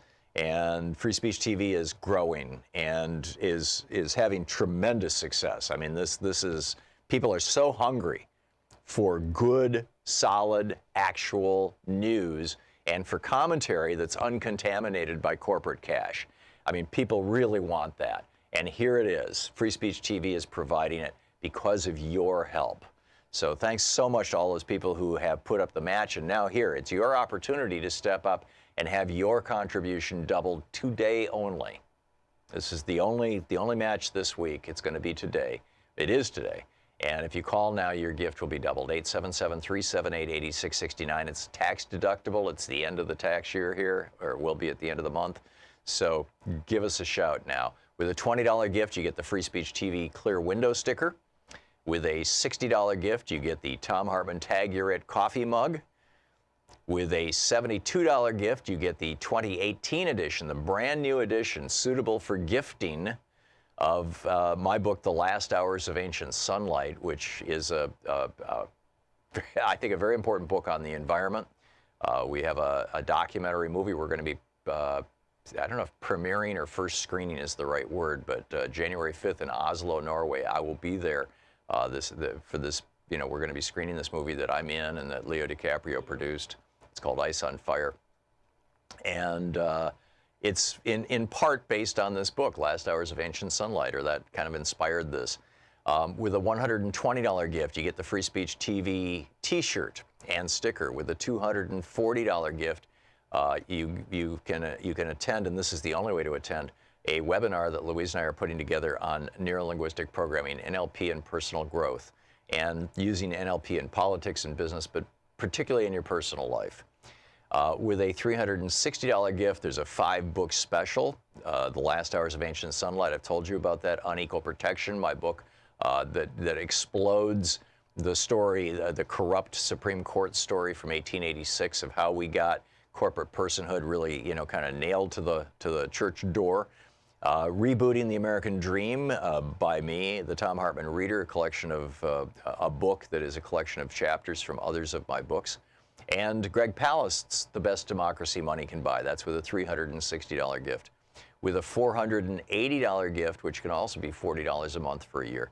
The $480 gift, you get everything that I have listed so far. The Last Hours of Ancient Sunlight, Unequal Protection, The Reader, Rebooting the American Dream, Best Democracy Money Can Buy, the Free Speech TV T-shirt, the sticker, the Thom Hartmann Tag You're It coffee mug, everything. And with a $1,000 gift, come to Portland and come hang out with us in the studio for the last hour of the show and I'll take you to lunch. We'll have a chance to talk, and it'll be a good time. So again, thanks so much to the donors who made our match possible, and please call now and have your contribution doubled. This is your opportunity. We need to finish this week out. I realize tomorrow's Friday. There won't be a match tomorrow. But let's get this done today. Let's get as much as we can today while the donations are being doubled. 877-378-8669. Thank you so much. Want to connect with the show online? You can find the Thom Hartmann Program on Facebook, Twitter, and Instagram.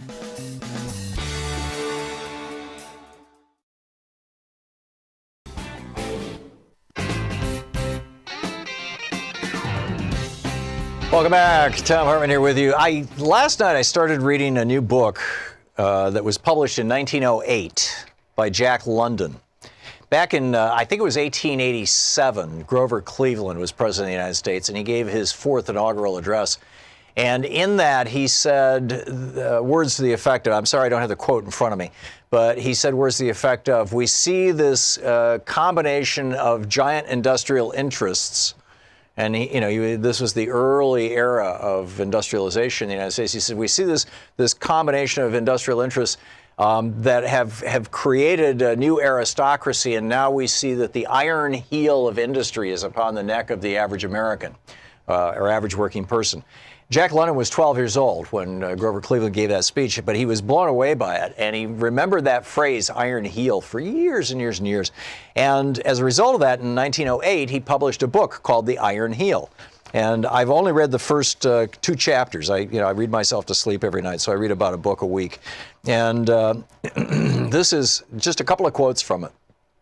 The book is about a political party called the oligarchy that takes over America, and it's literally an oligarchy. It's the rich, and they have completely consumed the political system in the United States.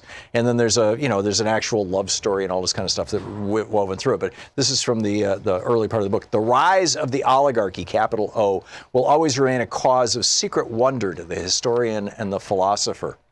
Such intellectual and antagonistic giants as Herbert Spencer said that socialism would come. Out of the decay of self-seeking capitalism, it was held, would arise that flower of the ages, the brotherhood of man.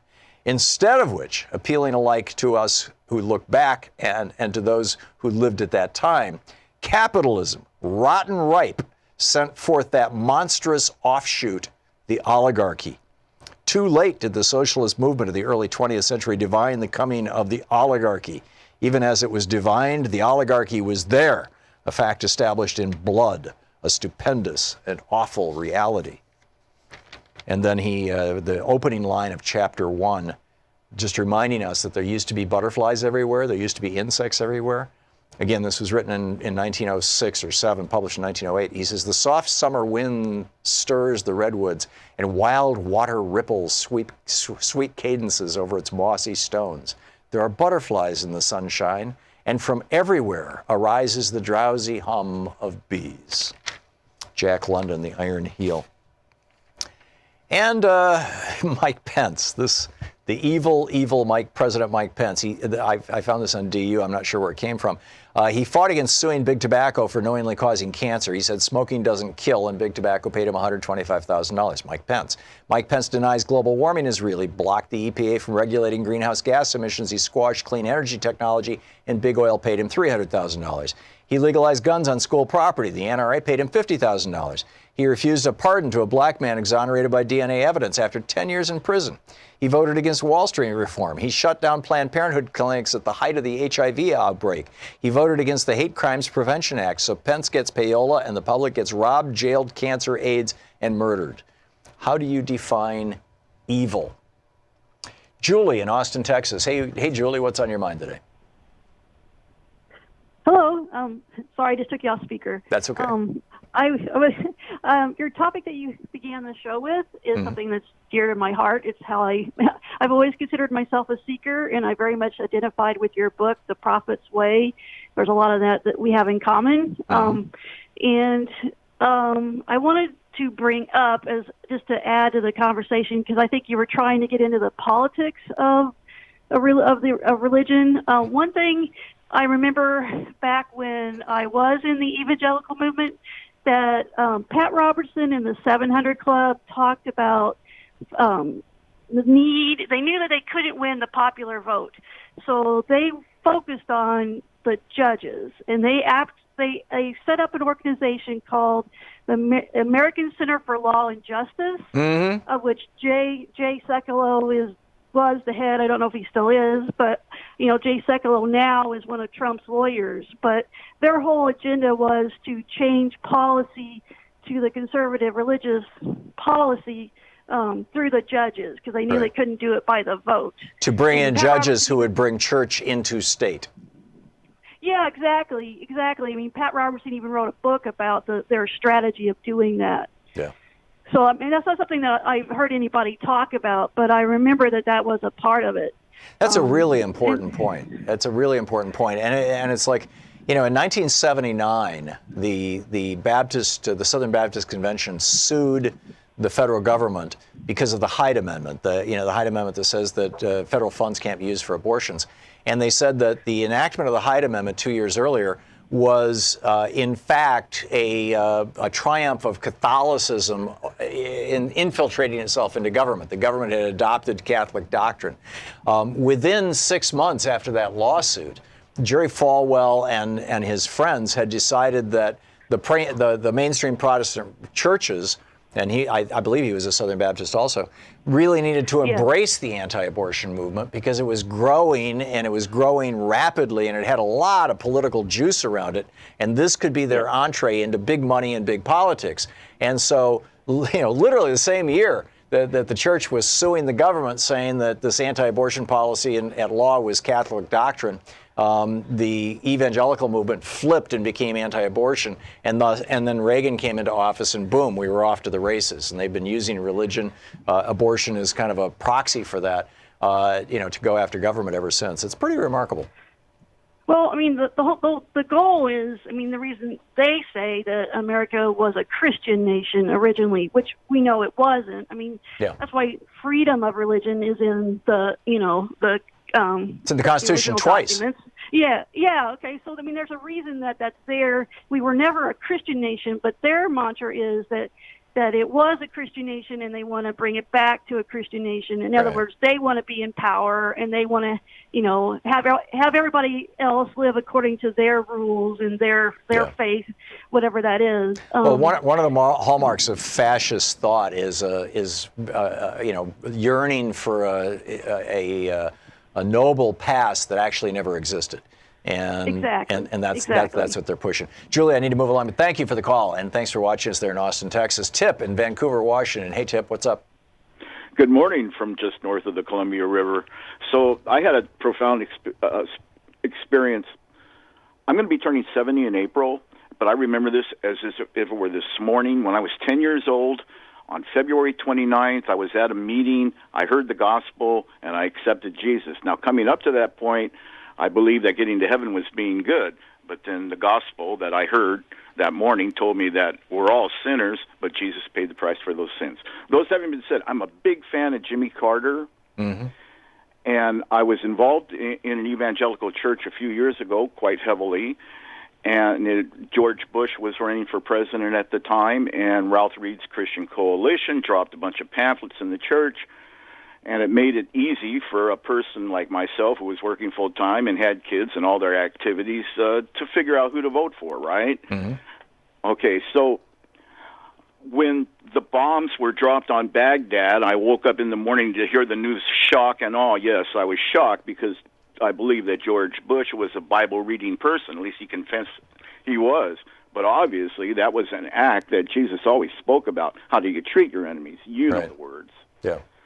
So that having been said, real quick, from one of Jesus' dissertations, beware the false prophets who come to you in sheep's clothing, but inwardly the ravenous wolves. Yeah, this is from John. You will know them by their fruits. Grapes are not gathered from the bushes, figs or thistles, as they. Even so, every good tree bears good fruit, but the rotten tree bears bad fruit. So I draw that dichotomy that Jesus was talking about between Jimmy Carter and George Bush. I can't look at somebody's eyes and see their soul like Bush professed to be able to do. With Putin, that having been said, there is a growing segment of the evangelical population that is embracing the good works that the Democratic Party are doing. After I saw the bombs dropped on Baghdad, I started studying politics a lot closer, and that's when I discovered you on Air America. And I was trying to be as concise as possible, so I'll shut up now if you want. No, well done. Well done, Tip. I do want to try and get one more caller in before we hit the break here, but thank you for sharing your story with us. I suspect it's an increasingly common one. Tip, brilliant. Thank you. Lewis in Avoca, New York. Hey, Lewis. Hi, Tom. I just wanted everybody to go back to their art history book and look at the Sistine Chapel ceiling, where God is, in my art history book from 1970, says God is reaching out from a cloud to touch Adam's finger. Well, if you study it, you'll see that the cloud is in the shape of a human brain, is seen from the side. So that means that Michelangelo was saying in the Vatican that God is in your mind, not in the sky. Oh, that's Pretty amazing. Thought at the time. That's and amazing. The last thing I want to say is the new golden rule has become get the gold. Yeah. Well, the old joke: those who have the gold rule, and sadly, it's kind of been a piece of history forever. But do you have any? I mean, is this just? I'm going to have to go back and look at it. I saw this on Discovery Channel last year, and I was going to call you. Really? But Somebody pointed it out. We were talking about religion then, so I skipped it. But I think everybody, once you look at it, it's hard not to notice it. Wow. Well, Michelangelo was a bit of a heretic in a lot of regards, so... Yeah. But he did do the Pietà, So. Yeah. Well, it was a good gig, and he got paid well for it. Lewis, thanks a lot for the call. It's great to hear from you, and thanks for watching us there in New York State. It's 45 minutes past the hour. We're going to check in with the Talk Media News and find out what's going on today. I believe it's Bob Ney today. Yeah? Okay, cool. We'll be back with Bob Ney in 4 minutes. Stick around. It's 45 minutes past the hour. You're listening to Thom Hartmann. Visit thomhartmann.com for audio and video archives. Fair and only slightly unbalanced. Thom Hartmann here with you. We'll be right back.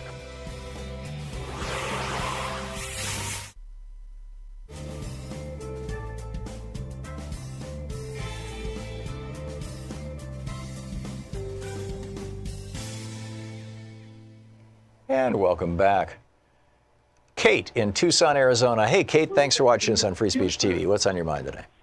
Hi, Tom. Great show as usual. Thank you. I hope you'll bear with me. I've got a crappy cold. Mm. You know the old saying, when the student is ready, the teacher will come? Yeah. And, you and I grew up, I think we were born same year. Mm-hmm. And we all, I think, partook somewhat in psychedelics. A lot of us did, in any case. I certainly did. And yeah, I did too. And I'm really encouraged and excited about the reemergence of a serious undertaking in the clinical community, in the medical community, at taking a more balanced look at the role that these psychedelics can play. Right now, I think they're focused mostly on depression. Mm-hmm. And PTSD. And PTSD, absolutely. And also, I think that is going to propel us, hopefully, into more availability, a more controlled way of partaking. Well, the traditional way that humans have done this for literally hundreds of thousands of years is through religious ceremony. I mean, this is, most indigenous religious ceremonies involve some sort of mind-altering drug. Absolutely. And I think that, once you cross these portals of energy and dimensions, and you experience nature's inherent spirituality, that all is one and one is all, I think it's really difficult to come back from that and accept your role as just a robotic consumer. Right, a cog in the machine, yeah. Absolutely. And corporate America, being the government, of course, is very fearful of people having access to these powerful agents. I agree, and I think the churches are very fearful of that too, and that's why they've conspired together to outlaw these things. Yes, because we're no longer at that point content just to be a mindless tool. And I'm just looking at what's happening with Johns Hopkins and across the nation and the world. And I think that the people are ready. People are feeling very empty. By Johns Hopkins, you're talking about the controlled experiments where they're using psychedelics to help people get through depression and PTSD? Yes. Yeah. It's yes, fascinating definitely. stuff. It really is. I mean, taking psychedelics for me was a life-changing experience. It literally altered the course of my life for the rest of my life. And absolutely. I don't know how common that experience is from people who were using psychedelics recreationally, 40, 50 years ago, but I know many of my friends who did would say the same thing. Apparently you agree. And mine as well, but we did see a lot of the people who were involved in that movement at the time. Yeah. Winding up on Wall Street, which, was severely ironic. Yeah. But, well, everybody's got to make a living. Kate, I got to run. I'm sorry we're hitting the break here, but thank you for the call, and yes, spot on. It is coming up on 10 minutes before the hour, and Bob Ney will be with us to tell us what's going on in the world. Stick around. Free Speech TV is in their fund drive right now, their fundraising drive, and so it would be a great time for you to call 877-378-8669. 877-378-8669. And of course, you can go to the Free Speech TV website and donate there as well. Please be sure to mention the show. There are a lot of great goodies that Free Speech TV is offering right now as part of the funds drive. And in fact, there's quite a few. But the important thing is to call 877-378-8669. Here's some information on one of the things that you can get. With a $72 contribution, you get the new edition. We spent, Troy Miller and I spent a year and a half going through all the research and updating everything and getting this thing exactly right with all the new climate change information, the last hours of ancient sunlight. That's with a $72 contribution, autographed by the author.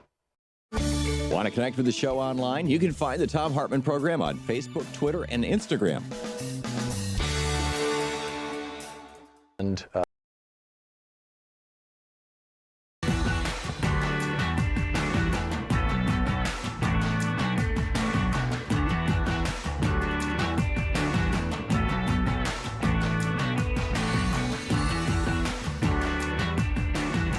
so let's check in with Bob Ney and find out what's going on in the world today. This Talk Media News Report brought to you by goatsfortheoldgoat.com and Loving What You Do, Ellen Ratner's new book. Bob, former Congressman Bob Ney, author of Sideswiped. Hey, Bob, what's up? Hi, Tom. Well, there's a lot going on in the world today and all the way around, and, of course, U.S. Congress and Donald Trump, believe it or not. But the first thing is the push against Saudi Arabia, of course, in the Senate, which is extremely bipartisan. The bill couldn't even get a affirmative vote last time, but it's Bernie Sanders and Senator Lee of Utah. You can't beat that combination. Yeah, Mike Lee is Mr. Tea Party. Yeah, I mean, it's, Lee obviously is to the right of the right of the right. Yeah. And it's got the momentum. On top of it, then you have Corker, who's going out, of course, from Tennessee, the Republican chairman of Foreign Relations, but still Lindsey Graham and many, unanimous on the Democratic side. And they are following up with sense of the Senate. And that would be that, of course, MBS, Mohammed bin Salman, or he's known as Mr. Bonesaw in Saudi Arabia behind his back. He has conspired and been complicit and planned and did the murder of Khashoggi is what it's basically going to say. Now, it's interesting. I don't know if you've talked yet about Speaker Ryan put an amendment into the Farm Bill. Now, if you want to put an amendment to the Farm Bill that the funding of Saudi Arabia with the proxy war in Yemen, we're funding them against Iran, in a proxy war in the country of Yemen. If you want to put it in the Farm Bill, you don't want to mess the Farm Bill up, understood. As I understand it, he got an amendment in, the Speaker did, that this can't be placed anywhere in the House. That's right. Yeah, and basically, if you want to have food stamps and if you want to have farmers be subsidized, particularly the big, giant agricultural companies that are getting the majority of these subsidies, and thus, kicking that back in the form of political donations to Republicans and Democrats. If you want to have that, you're gonna accept this rider that says that you can't censure Saudi Arabia. Essentially, you can't stop money going to Saudi Arabia. That blew my mind when I read that this morning in the New York Times. Well, it did mine too, because let's rationale, make a rationale on this. Did he do it to support President Trump? I don't think so. Yeah. So he did it because of the power and influence of the Saudis amongst his members on the Republican side, because I think the Democratic side's pretty well on board. The only ones against this right now are President Trump. But with the Speaker stepping in, it shocked me. He didn't step in to please President Trump. Mm-hmm. I would not think so. Yeah, no, I agree. I think this does speak to the power of the Saudis, which should make us all really freaked out, frankly. Well, it should. What does it take to finally stand up to the Saudis? Now, again, you got to give the Senate a lot of credit. I think also it was not a waste of time for the Senate. Some people say it's not going to go through or Trump could veto it. It's not a waste of time because Speaker Pelosi will be back. That measure should pass easily once again, and then it will pass the House with Speaker Pelosi and some Republicans that actually do want a chance to support it. So that will come back around. I think we can be guaranteed of that. Okay. So what else is And then on another note, they did pass the the sexual harassment reformation bill from the original Congressional Accountability Bill. And I actually started to skim through right before your show through the bill, but it looks like there's some improvements. The House has a stricter idea of it. The Senate's more lenient, but you know what? The House can go along with this next week, and then the House can pass its own provisions that will make it a little bit, maybe close the loopholes for the House side. Yeah. So this is basically Congress saying, we're not going to tolerate sexual harassment any longer here in Congress by members, by staffers, et cetera. And have the House, the taxpayers pay for it. Right. Yeah, that's right. They've been hiding and burying and adjudicating this stuff in secret, hadn't they? I'd forgotten that. Well, sure. Well, look, the original Accountability Act was passed. It was brought into House administration under Bill Thomas. That's who, looks at the accountability aspect of it. Then brought in when I was chairman. Now, I can tell you that we didn't have cases where we paid where a member committed a rape or had some sexual assault. We didn't do that. But we did have cases, and I think it was good at the time, some racial cases, some cases against people of the LGBT community. We had a lot of different cases where, we stepped in. But as time went on and they were, paying for basically admitted rape by the taxpayers, you can't do that. So the act went way, way out of control, and now they're bringing it back, I think, in line, Tom. Fascinating. Good stuff. Yeah. And the other thing is Cohen. Judge Napolitano of Fox News has said that, that the prosecutors are solid, that the president has committed a felony. They would not have said this in court. So that was kind of a shocking. That's a news story when Judge Napolitano says something. You were a Republican congressman. You're very familiar with Fox News and the relationship between Fox and the Republican Party. Do you think Fox is on the verge of turning against Trump? It's very fascinating. Shepard Smith, of course, was the first to become, quote, very candid on the Trump administration. Right. And people kind of went at him. But you're starting to see pieces. Ann Coulter made a comment the other day. And now Judge Napolitano. So I think that what they're doing is maybe not so much as turning as protecting their own self. Yeah, they're protecting their brand. You know what I mean? Yeah, there's a certain point where you just can't deny reality anymore. Correct. Protecting themselves. And they're reaching that. And which is what basically, happened with Barry Goldwater with Richard Nixon. Correct. Yeah. Bob Ney with Talk Media News, the author of the book Sideswiped. Thank you, Bob. Thank you. Great talking with you. We'll be back. We're going to continue with the news of the day, and boy, is there a pile of it right after. Oh, and Scott Ritter's going to drop by. Check this out right after this. You're listening to Thom Hartmann.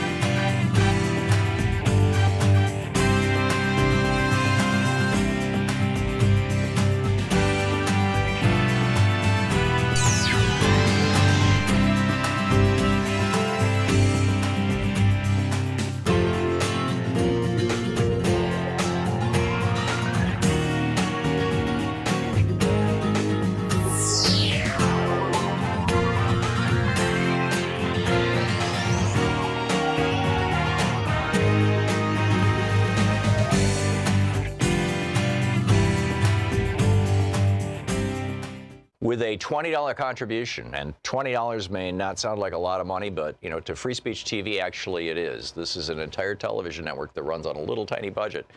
For the $20 contribution, you get a Free Speech TV sticker, 3x8 clear window with the logo of Free Speech TV. Please call now. Boy, do we have a special day today. I mean, this is extraordinary. And by the way, thanks for pitching in yesterday. We hit about 80% of our goal yesterday.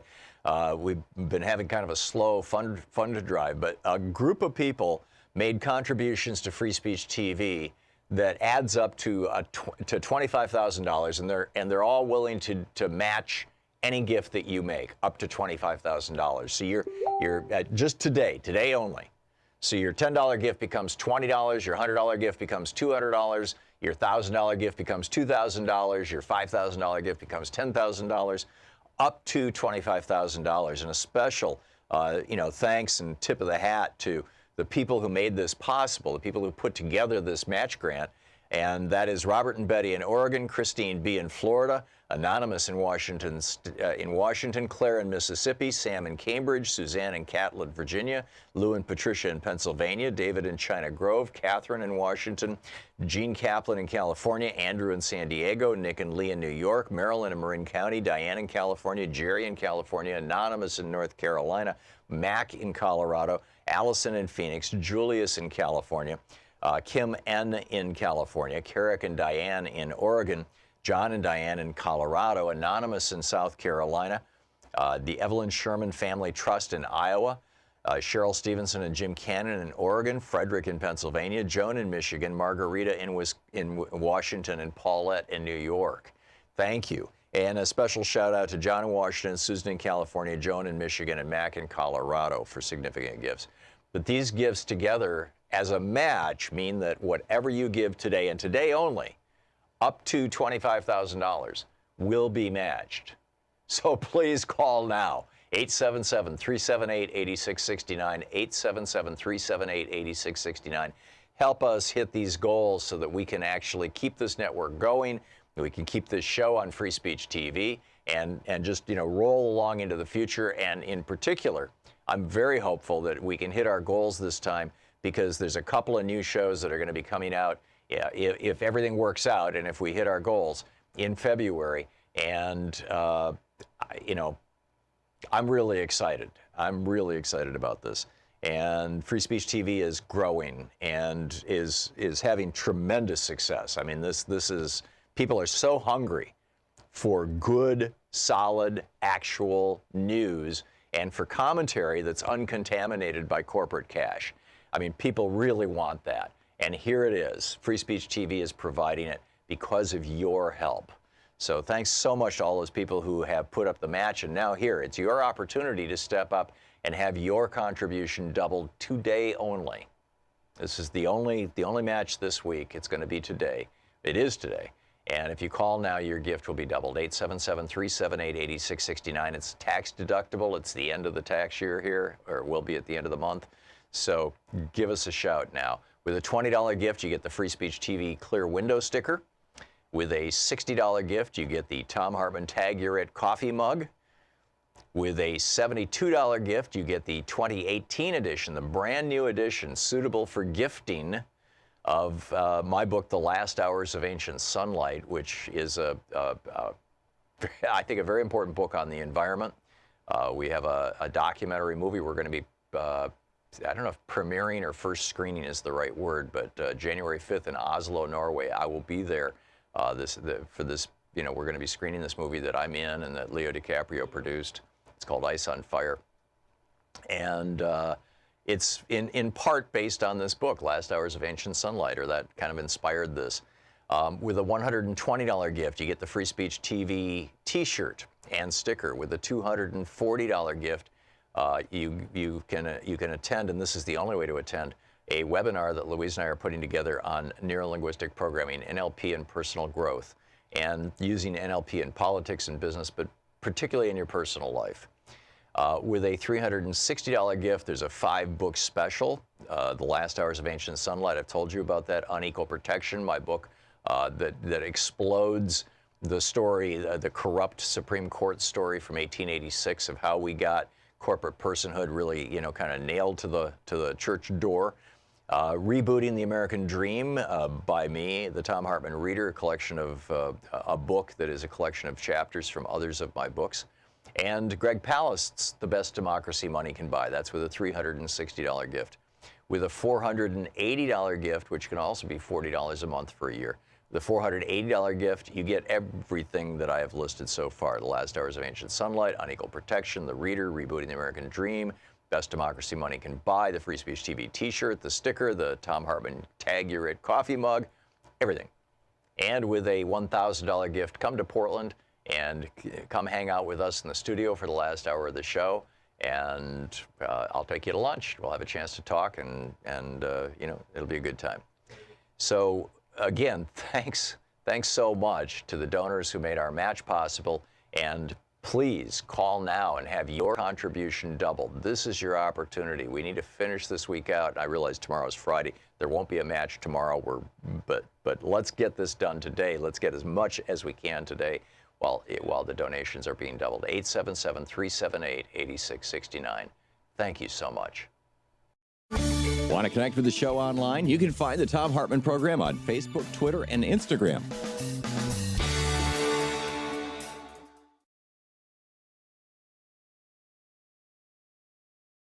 Free Speech TV is in their fund drive right now, their fundraising drive. And so it would be a great time for you to call 877-378-8669. 877-378-8669. And of course, you can go to the Free Speech TV website and donate there as well. Please be sure to mention the show. There are a lot of great goodies that Free Speech TV is offering. Want to connect with the show online? You can find the Thom Hartmann Program on Facebook, Twitter, and Instagram.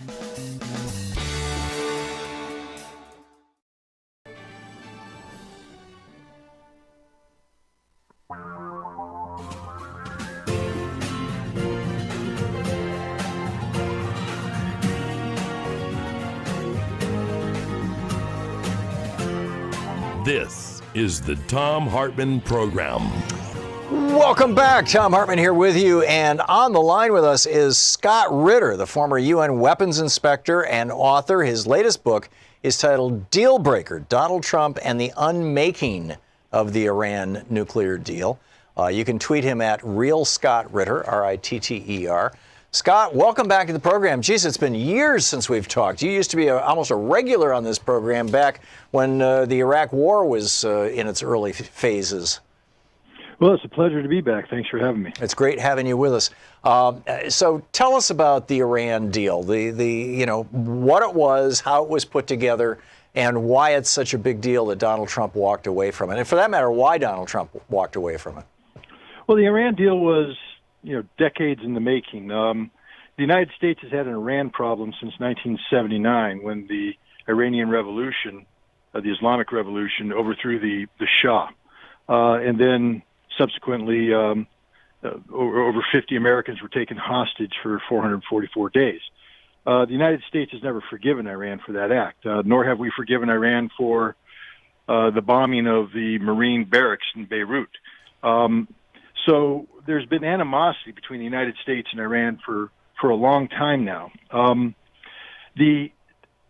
So when you have this animosity, when you have a nation like Iran suddenly decide that they want to pursue a civilian nuclear energy program inclusive of the totality of the nuclear fuel cycle, the United States steps in and says, no, this is a policy that dates back to Ronald Reagan. It was continued by George Herbert Walker Bush and also Bill Clinton. So this, and then we can go on and on to George W. Bush, Barack Obama. So this isn't just a Donald Trump issue. This is a United States issue.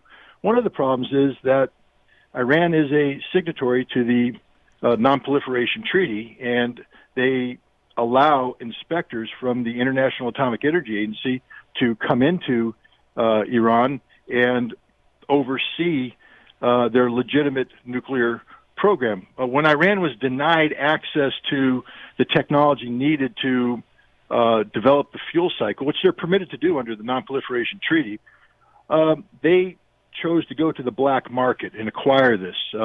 And in doing so, they violated the Non-Proliferation Treaty on several fronts. These are technical violations, but they're violations nonetheless. And the United States built upon these violations to start to portray Iran as not a state that was in violation to pursue a nuclear energy program that the United States wouldn't allow them to have, but rather a rogue nation seeking a nuclear weapons program. This is a fundamentally flawed assessment. And at that time, they were not seeking nuclear weapons. They were seeking nuclear power. Iran has never sought a nuclear weapon. There is literally no evidence whatsoever that sustains this allegation. And the thing is, the United States knows this.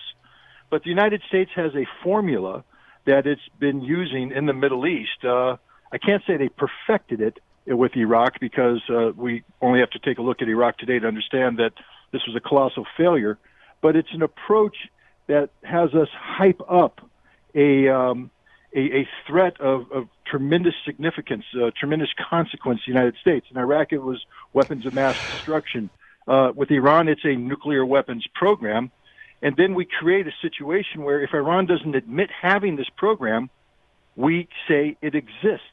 And so Iran, of course, failed to admit having a program they didn't have. The United States continued to put sanction after sanction after sanction in place.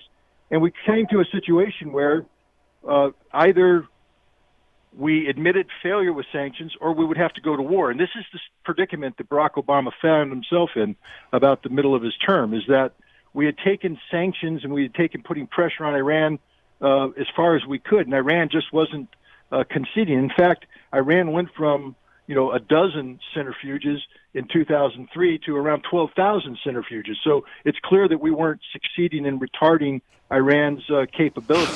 And this is why Barack Obama came up with the decision to recognize Iran's right to enrich uranium, which they're allowed to do under the Non-Proliferation Treaty. And you do that for the nuclear fuel cycle, not for the nuclear weapons. Well, it can be done for both. I mean, that's that's the catch. Is if you once you perfect the nuclear fuel cycle, you have the ability now to produce a nuclear weapon. At least you have the ability to produce the enriched uranium necessary for a nuclear weapon. There's a whole bunch of other stuff that has to happen for you to have a viable, deliverable nuclear weapon, which Iran has not pursued. But the hard part, the long pole in the tent, is the uranium. And Iran had this program in place. So all Barack Obama did was recognize that Iran indeed had this capability. Now the decision was to allow them to have this capability, but to restrict it in a manner which denied Iran the theoretical ability to break out. And what that means is, within a year period of time, if Iran suddenly turned everything on and said, we're going to produce enough enriched uranium for a nuclear weapon, with the capability at hand, it would take them 1 year to do that. And we figured that within that year time, we could galvanize international support and either convince Iran to back down or build up a coalition necessary to militarily solve this problem before Iran developed a nuclear bomb. Now, again, this is a completely theoretical, hypothetical, because Iran didn't have a nuclear weapons program and is not pursuing nuclear weapons. But this is a political problem for the United States. And that's the thing about the Iran nuclear agreement. It is purely a domestic political consumption document. It has no real meaning, because how do you restrict that which a country is not trying to pursue? It sounds to me, Scott, I mean, you and I were having these conversations back in 2000, as I recall, 3, 4, 5, I forget what year it was, that you were going into Iraq and you were saying, hey, there's no weapons here. I can prove it. I can show you. And the Bush administration, Dick Cheney in particular, was saying, see, proof that they're hiding it. You can't find it. That's proof that they're hiding it. I mean, it sounds like we're playing the exact same game. It is the exact same game. And moreover, there was a period of time when this deal was being negotiated where people were demanding that Iran allow Iraq-type intrusive inspections. And they said the only way we could be convinced that Iran doesn't have a hidden nuclear weapons program is to be able to go anywhere, anytime we wanted, including the most sensitive military sites, the most sensitive political sites. We've seen this before. This is what the United States and others demanded of Iraq, and Iraq allowed this to happen, thereby giving the United States and other nations the intelligence needed to target their leadership and make an invasion that much more effective. Iran, of course, wasn't going to allow this and hasn't allowed it. But a lot of people say that, and Donald Trump included, say this is the fundamental problem of this approach, of this deal, is that it doesn't allow these intrusive anytime, anywhere inspections. Therefore, it's not a good inspection program. This is a flawed argument. The agreement allows unprecedented levels of access by highly qualified technical inspectors from the International Atomic Energy Agency, who would be able to detect with 100% certainty any deviation from the agreed-upon framework by Iran. Yeah, you don't need to go anywhere. No, I absolutely understand. So we're talking with Scott Ritter, his new book, Deal Breaker. So, Scott, as you well know, Dick Cheney back in 2001, before 9/11, was in charge of the Energy Policy Committee, and he was dividing up the oil fields of Iraq for privatization and sale to various countries and oil companies.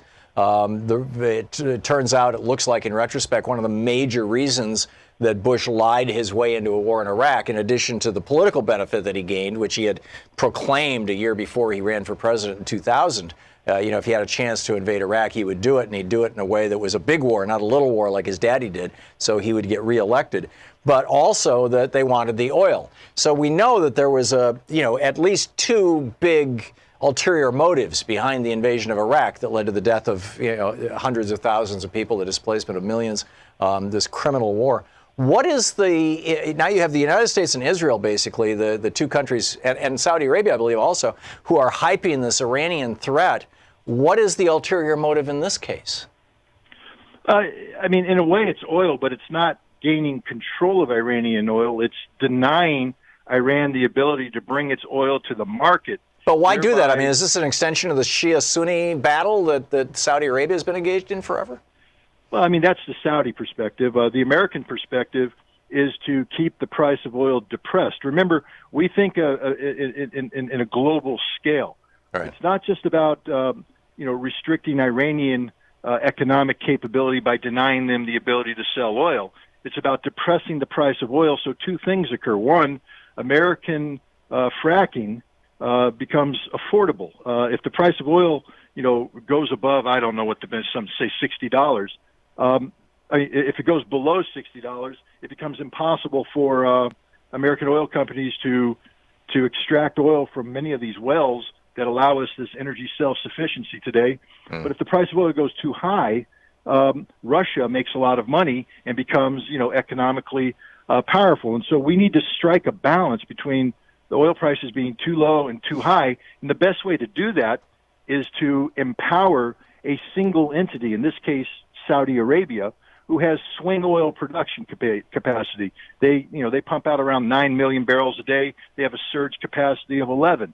So they're able to take that surge capacity and manipulate the availability of oil on the global market to control oil prices. So what does this have to do with Iran? It seems like if we wanted to, we're going to hit a hard break here, Scott, in about 50 seconds. It seems that go ahead. Iran has the capability of producing 4 to 6 to 8 million barrels a day. And therefore, Iran's ability to flood the market with its oil restricts Saudi Arabia's ability to control it. So the best way to give Saudi Arabia leverage is to eliminate a major competitor. I see. Because I was thinking, hey, if you want to keep the price down, let Iran sell their oil, but you don't want to keep it too low, and that's because then Russia makes money. Then Iran makes money. Right. Well, that's if the price goes up. So, but if it goes down, it hurts the U.S. frackers. If it goes too low, then Americans can't pump oil out of West Texas oil fields. Fascinating. So the bottom line of your book here, Deal Breaker by Scott Ritter, forward by Seymour Hersh, is we should re-engage in the Iranian deal? Look, we don't want a war with Iran, and that's the path we're heading on right now. The best way to avoid a war is to go back to the Iranian nuclear deal, the one that Barack Obama negotiated. Amen. Scott Ritter, his new book, Deal Breaker, Donald Trump and the Unmaking of the Iran Nuclear Agreement. Brilliant stuff. Scott, great talking with you again. Thanks so much for dropping by today. Oh, thank you very much. And keep up the great work. We'll be back in just a moment with more of the news of the day and your calls right after this. It's 18 minutes past the hour. This is the Thom Hartmann Program. Helping you win the water cooler wars. Thom Hartmann here with you, fair and only slightly unbalanced.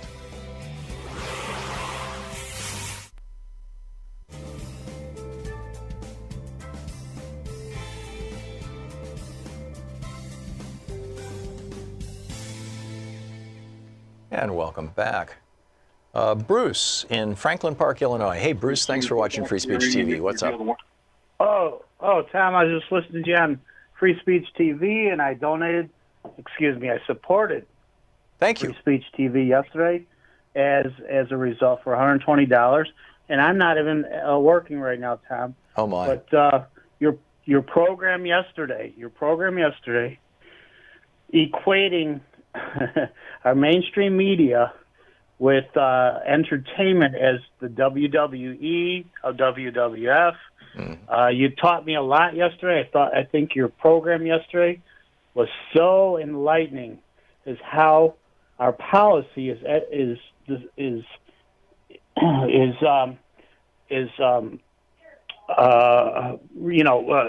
portrayed on the media as more like a horse race, a game, a WWF match. Right. And I thought that was such a great program. Thank you, Bruce. And I just wanted to make sure that you know that needs to be rebroadcast.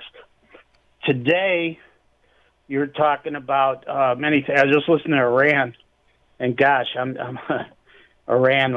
We screwed up with Iran. They were the most educated people in 1970 and 1980 until the Shah, and we messed with them. Yeah. But that's not what I wanted to talk about. I really wanted to talk about, what you were talking about earlier today. Gosh, I lost my train of thought. The spiritual experience of nature? Yeah, nature. Thank you very much. My experience, Tom, if I asked you today, what did Jesus come here to tell us to do to deny the laws that were portrayed by Moses and take up two laws? I know you would be able to answer me. Yeah. I definitely know you'd be able to answer me, and that would be to love your God with all your heart, all your mind, all your soul, and your neighbor as yourself. Your nature. Yeah, exactly. So, I know you love nature. Tom, last year I joined the Mycological Association of Illinois. And Tom, I tell you what, man, scientific stuff is going on, whether we like it or not. And the Mycological Association, I was just going there to have a good time. Yeah, mycology, by the way, for people who don't know what you're talking about, Bruce, is fungus. It's mushrooms and things like that. That's right. The Mycological Association is the study of mushrooms. Now, any of your counties, any of your municipalities, they might have other things going on, like the study of birds, I don't know the word. Yeah. Ornithology, I don't even know the word. But they're all going on all the time. I joined the Mycological Association because I wanted to learn about mushrooms and maybe find one for myself because I want to be self-sustained. I want to go out in the woods and learn something, and I am always out in the woods. And, boy, I'll tell you what, Tom, I learned so much from this scientific group who provides to the county every time they go out what they found. So it's a very scientific group. It's spiritual in nature, and I tell you what, Tom, we can learn from this stuff. Yeah, I think there's a growing intersection between science and spirituality. And I think in a big way it started, well, it didn't start, but in a big way, the physics has come into this, with the quantum entanglement and all these kind of things in the last, 20, 30 years, maybe 40 or 50. Bruce, thank you for the call. It's great to hear from you. We'll be right back.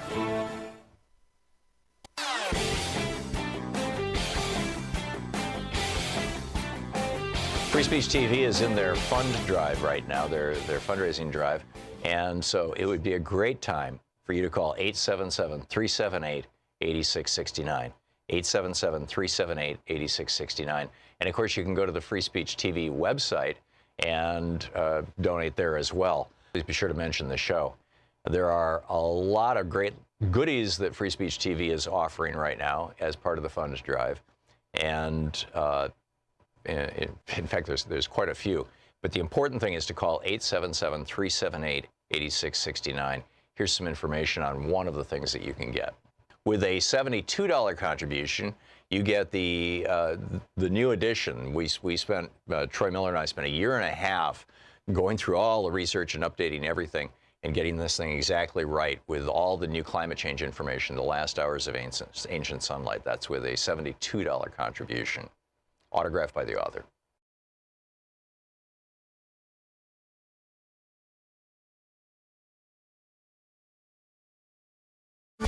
Want to connect with the show on?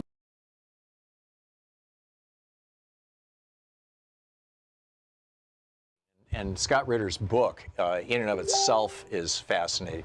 There's a lot of really, really good stuff there. We've been talking about the Green Deal. We've been talking about Brexit, the Green New Deal. We've been talking about James Madison's nightmare coming to pass.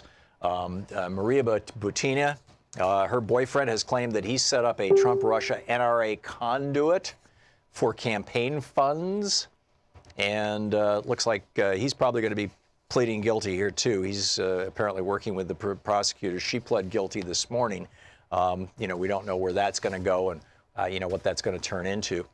The Republican Party was going to have, well, not the entire party, in the House of Representatives, the House Committee on Education and Workforce, they were planning to hold a hearing yesterday about how terrible the minimum wage is. And they had this expert witness, Joseph Sabia of San Diego State University, who was going to testify that if you raise the minimum wage, you're going to kill jobs. And then they discovered that he's got this blog, and his blog says things like, and I quote, "I humbly propose the right-wingers attach an amendment to every bill that taxes or regulate tobacco or high-fat foods. The right-wing amendment should tax and regulate homosexual acts. First, we have to mount the assault on big gay, and no, I'm not talking about Rosie O'Donnell. We can tax gay nightclubs, websites, personal ads, sexual paraphernalia, and so forth. Talk about a sin tax. We can cripple gay-related industries and get them right where we want them. All gay clubs will have to feature huge flashing warning signs like, caution, entering this nightclub may increase your chance of contracting STDs and dying." I mean, talk about insane bigotry. He referred to college-age women as unpaid whores. He said, and I quote, "Feminist thought has taught young women that equality is achieved by acting like promiscuous sluts." This guy was the expert witness for the Republicans yesterday. And, when the news started pointing out his, shall we say, past, the Republicans basically turned and ran. I want to get into mens rea, but I'm not going to do it today. Yesterday I talked about Cyntoia Brown and, reach out to the governor of Tennessee and tell him to commute her sentence. She was 16 years old when she shot and killed a man who was essentially raping her. And she was prosecuted for murder and got a 51-year sentence. And this is just like so wrong.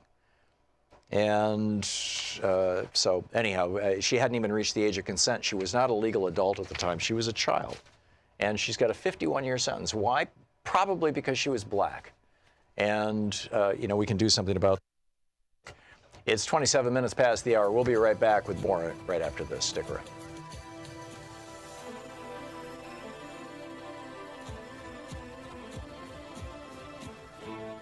You're listening to the Thom Hartmann Program. Call 202-808-9925. Back with more of the news of the day and your calls right after this.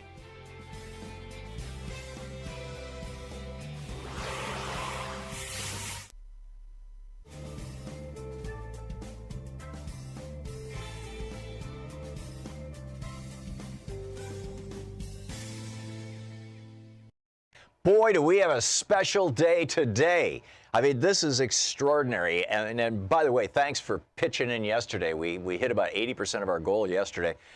We've been having kind of a slow fund drive, but a group of people made contributions to Free Speech TV that adds up to $25,000, and they're all willing to match any gift that you make up to $25,000. So you're just today only.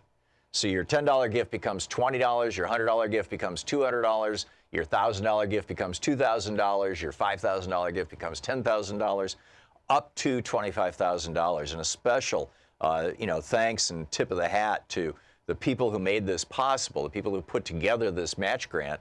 And that is Robert and Betty in Oregon, Christine B. in Florida, Anonymous in Washington, Claire in Mississippi, Sam in Cambridge, Suzanne in Catlett, Virginia, Lou and Patricia in Pennsylvania, David in China Grove, Catherine in Washington, Gene Kaplan in California, Andrew in San Diego, Nick and Lee in New York, Marilyn in Marin County, Diane in California, Jerry in California, Anonymous in North Carolina, Mac in Colorado, Allison in Phoenix, Julius in California, Kim N. in California, Carrick and Diane in Oregon, John and Diane in Colorado, Anonymous in South Carolina, the Evelyn Sherman Family Trust in Iowa, Cheryl Stevenson and Jim Cannon in Oregon, Frederick in Pennsylvania, Joan in Michigan, Margarita in Washington, and Paulette in New York.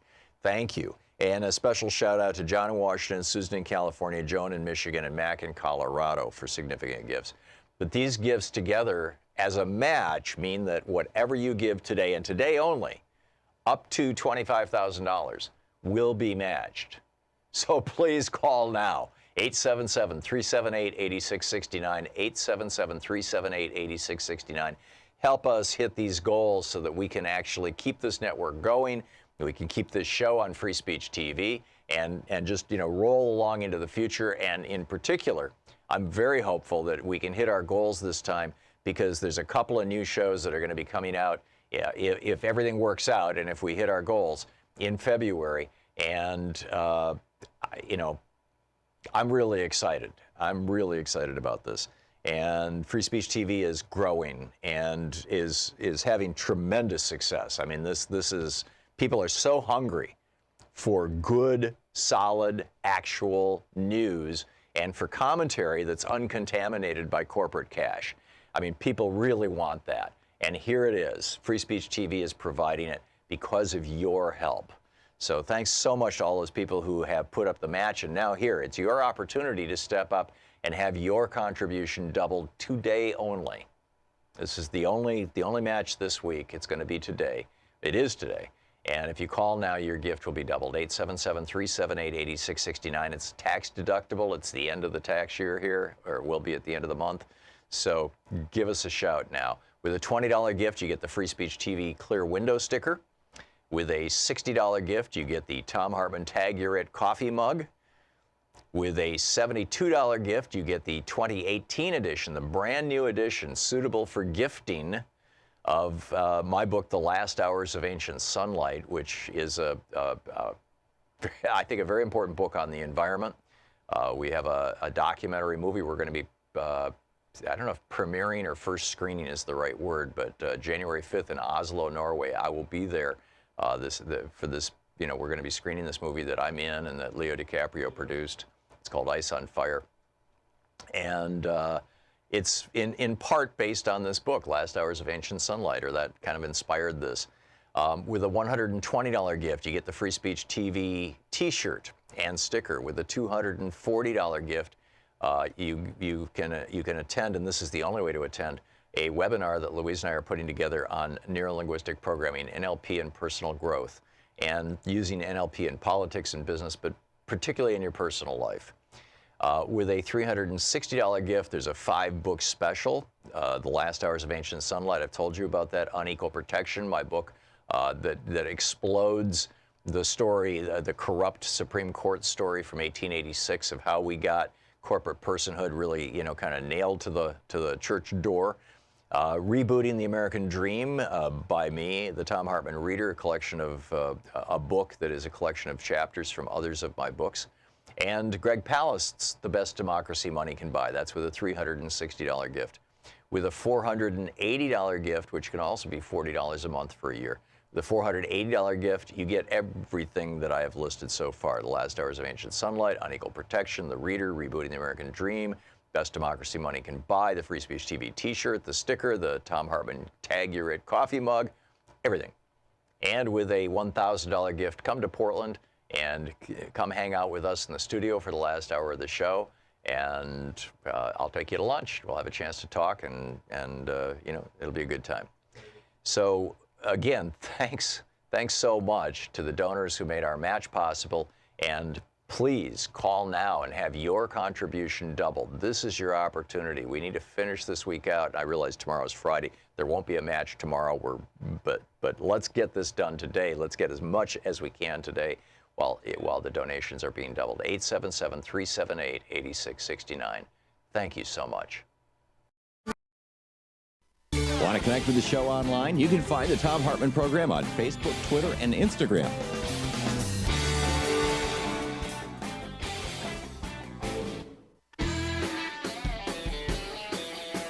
Welcome back. Thom Hartmann here with you, 34 minutes past the hour. Interesting piece over at Salon by Lucian Truscott. Commentary, an op-ed piece. Forget Cohen. Here's why Maria Butina's plea is the worst news ever for Trump. And he's positing that Maria Butina would not be essentially turning state's evidence on Trump or on the GOP and essentially on Russia if she didn't have the permission of the Russian government, that she's going to be deported when she's all done, and she doesn't want to go home, to a prison.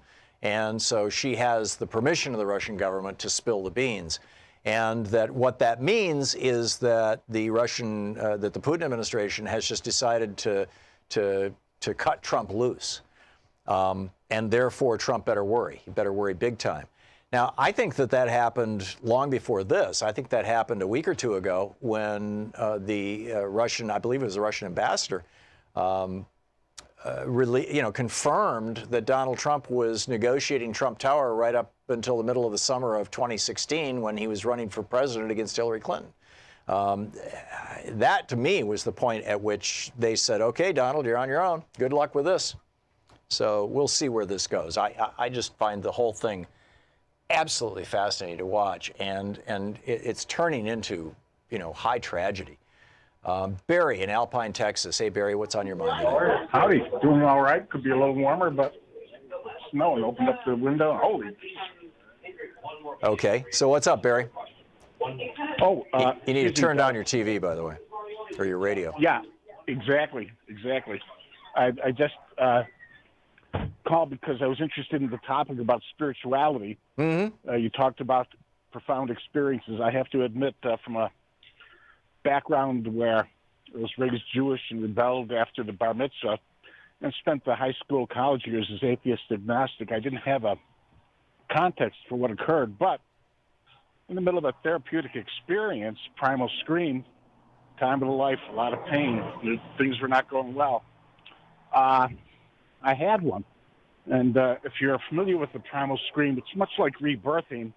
You get a sense of what's occurred in past lives or at the time before it's taken an incarnation. Mm-hmm. It was very profound. And I experienced, as a result of this, pure, unconditional love at a level I'd never known before. It didn't have anything to do with psychedelics. It was all quite natural. But without having a context, I was then on a search for what it was that occurred. Mm-hmm. The power and the strength of it lasted for about 8 weeks, and then I was kind of feeling like my old self. But I realized that I was given a choice.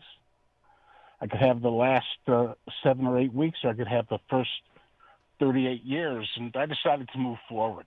Mm-hmm. As a result of that, I was led to or found teachers.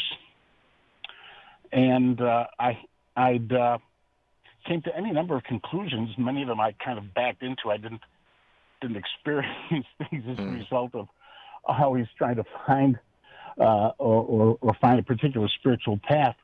But one of them is, what if in the depth of our heart and our consciousness we ask a question? For example, Lord, what about this abortion thing?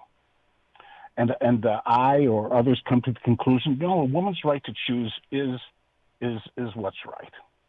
But what if somebody else in the depth of their consciousness asks in their heart, Lord, this abortion thing, and they hear, no, it's not right.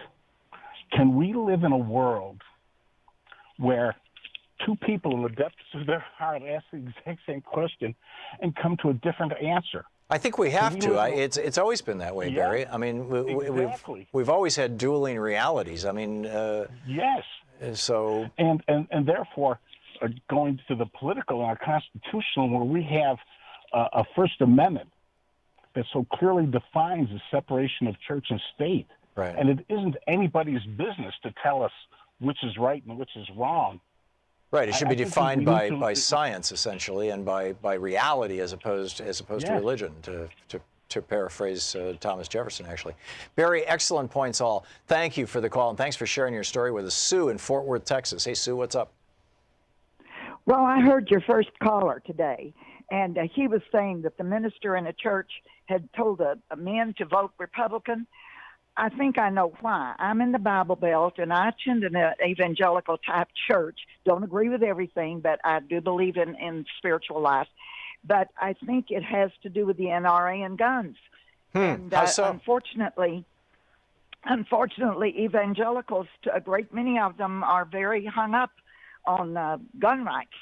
And I think it's kind of a problem for, for voters to, I think, we have that strong voting bloc that votes strictly on gun rights. And Sue, do you think that's evangelicals or is that Texans? Well, it's Texans, it's Louisianans, it's Mississippians. It's Yeah, whole group but I mean, of in your experience, you're finding that there's a lot of, NRA people inside your evangelical church. I'm wondering if they're there in higher proportion or just equal proportion to what you'd find if you walked into a civic auditorium or into a movie theater. I think you find a lot of evangelicals at gun shows. I don't attend them. I don't go because I don't know anything about guns. Right. But I do know that a lot of people I know that are very spiritual in their beliefs and in their vocal talk also are quite adamant about any kind of restrictions at all on guns. Have you heard this preached from the? No. Okay. Not from my church. Yeah, well, that's a good thing. thing. My church, but I do read about it online that it's occurring in some churches. Yeah, but I have not heard it strikes in my me, church. Sue, that what has happened. I mean, when George W. Bush became the advisor to the Reagan administration, and then later to his dad's campaign, for outreach from these two, Reagan was divorced and never went to church in his life, and George Herbert Walker Bush was one of the founding members of Planned Parenthood and a big supporter of Planned Parenthood throughout his life, and did not like to talk about religion. He went to church, but perfunctorily. And when George W. Bush did this outreach, it was like, okay, we're the Republican Party. Our principal shtick is making rich people richer and keeping working people from getting wealthy. But that's not going to get us enough votes. So we need to reach out to the religious people. We need to reach out to the gun nuts. We need to reach out to the people who hate gay people. We need to reach out to the people who are afraid of people who have, more pigment in their skin. These are the various sectors that we're going to bring together to be the great Republican coalition so we can actually win an election.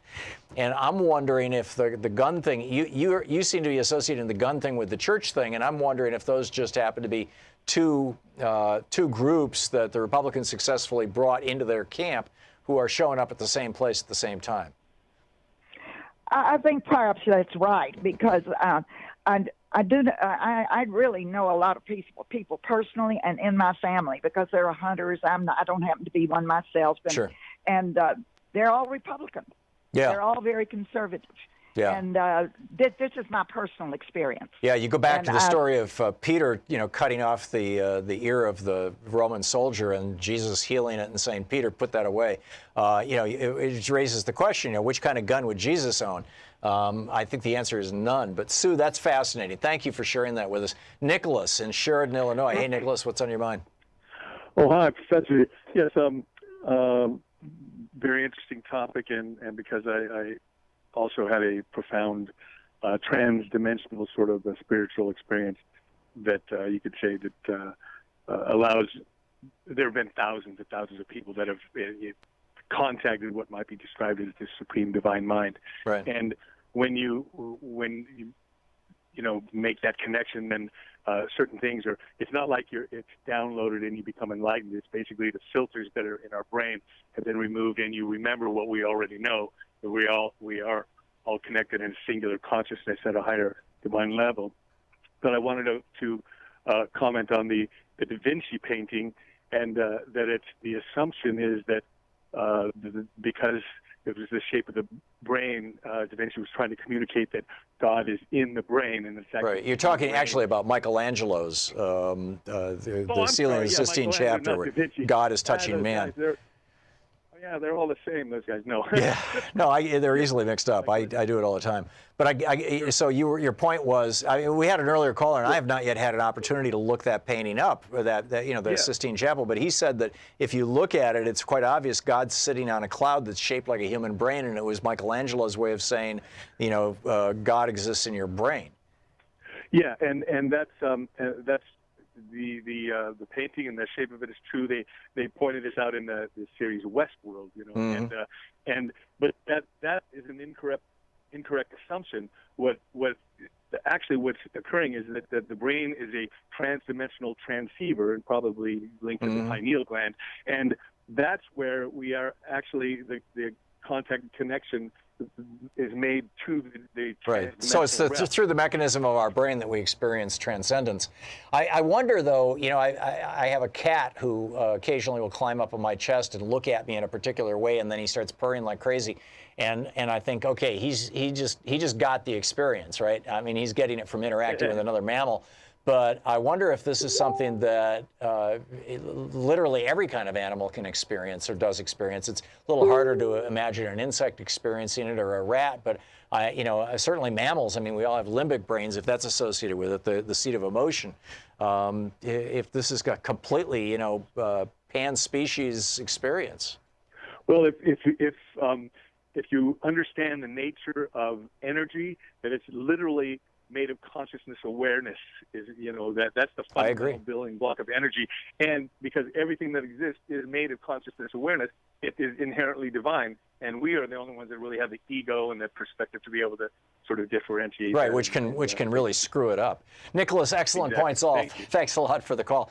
Kenneth in Johnson, South Carolina. Hey, Kenneth, what's up? Hey, Tom. Thanks for taking my call. Sure. I just wanted to go mention these two groups that I recently discovered, and it's for all the Christians who are so despondent about the state of faith here in the U.S. Mm-hmm. One of them is Reclaiming Jesus Movement. It's headed by the Reverend Michael Curry, who's the presiding bishop of the Episcopal Church. Okay. And Reverend Jim Wallace is also involved. Oh, I know. I've talked to Jim Wallace. Yes, he's a wonderful man. Yeah. Wonderful. And you're talking about red letter Christians, the people who say, the focus yes, of our attention is the words of Jesus, period. Yes, exactly. Those have really helped me because I was getting to a point where everything was just, it was pretty despondent looking out. Mm-hmm. And those two groups that I found, they have been wonderful because they are inspirational and hopeful. Yeah, amen.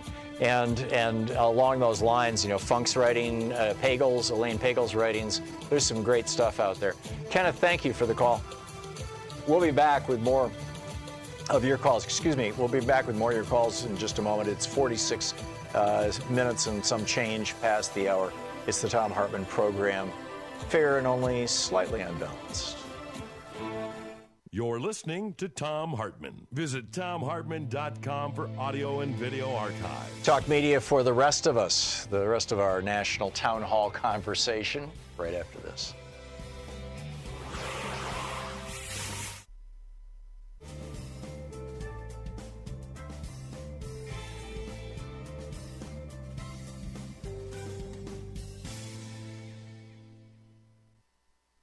Welcome back. Gabe in Franklin, Tennessee. Hey, Gabe, what's on your mind today?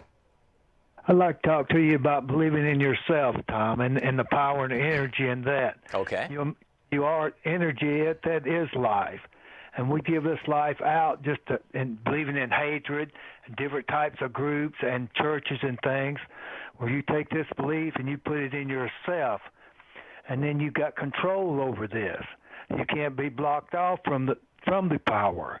You have got it in you, and the power you've got is the power you take that and you put every bit of you into love, unconditional love for everyone around you, love for everyone that exists in this world, love for everything that exists, the rocks, the trees, the birds, everything.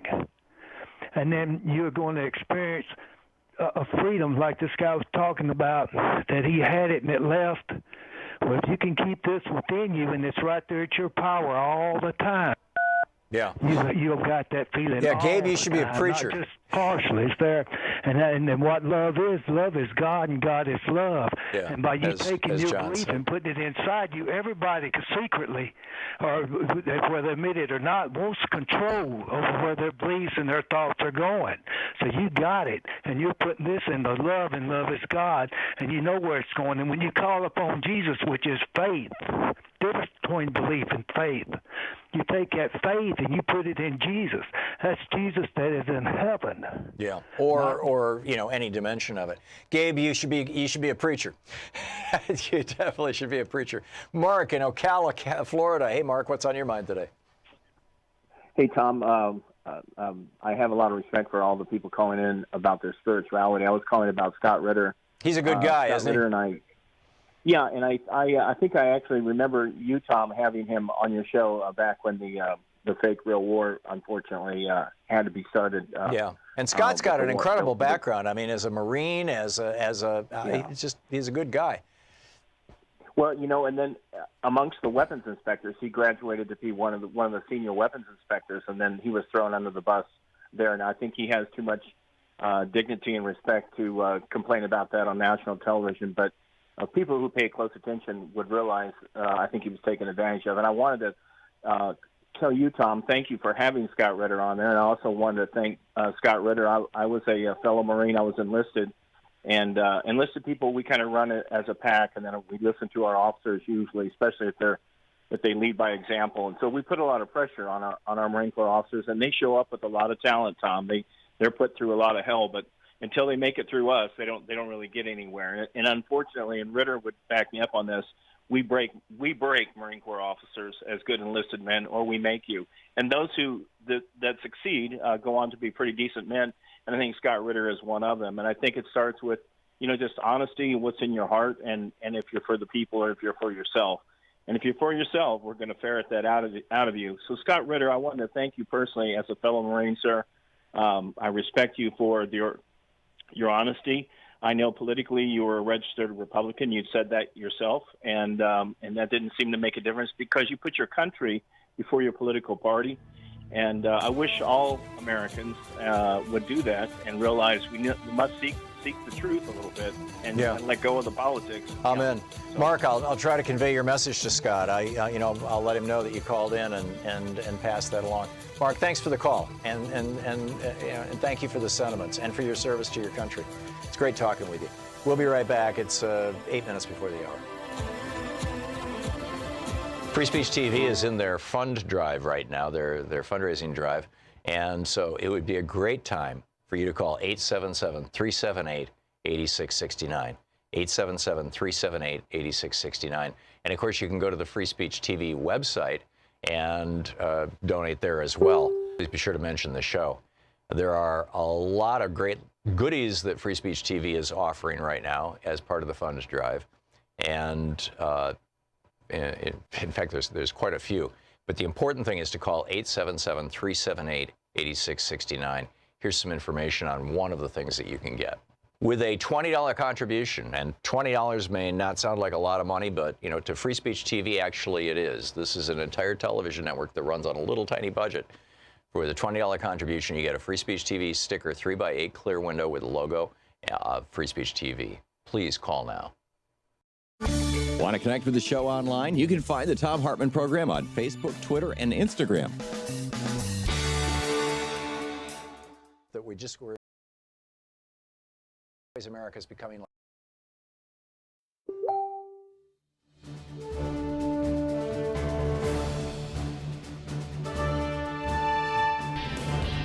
Welcome back. Thom Hartmann here with you, and let me see if I can get this call screen software up and running again, and pick up your calls. Is it still working, Shira?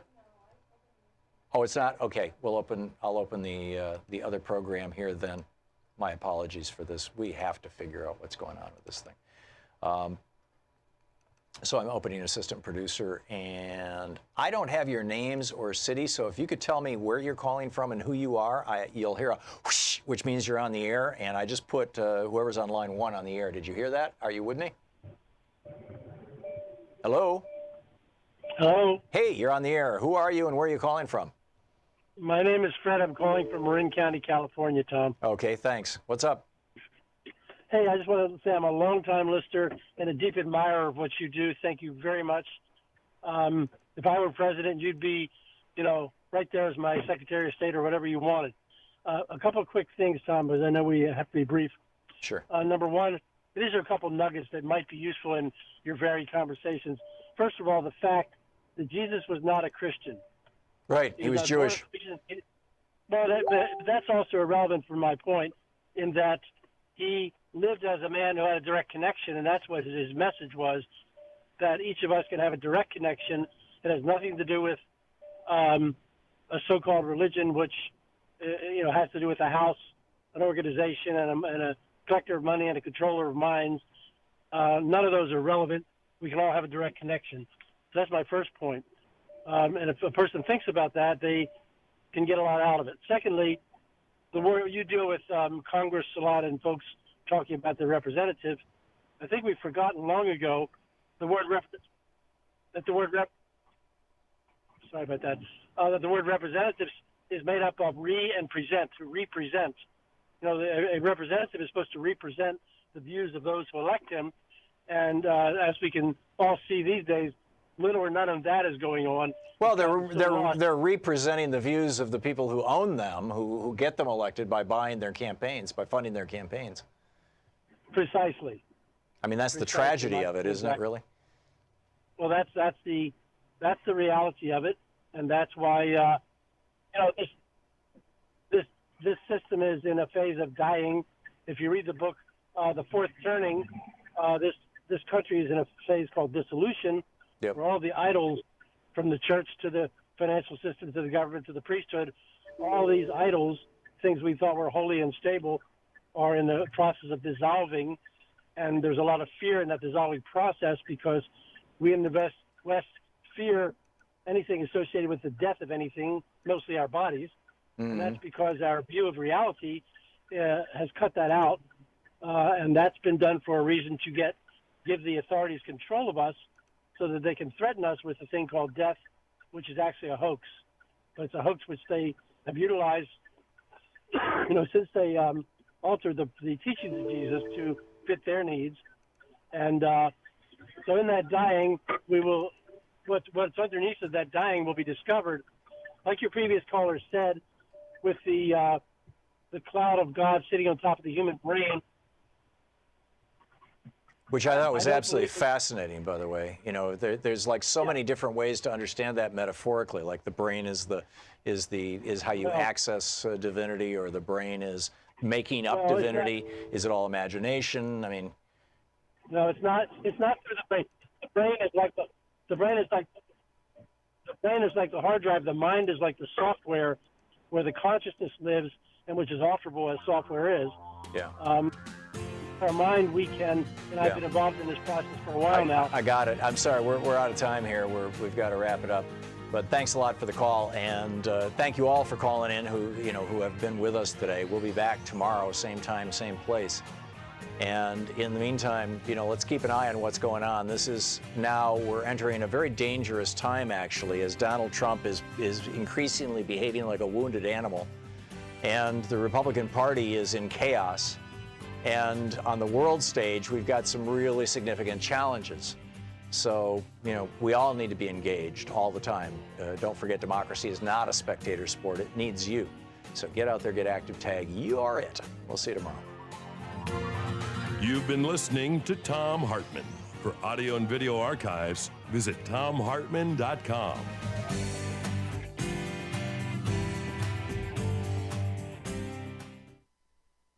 From U.S.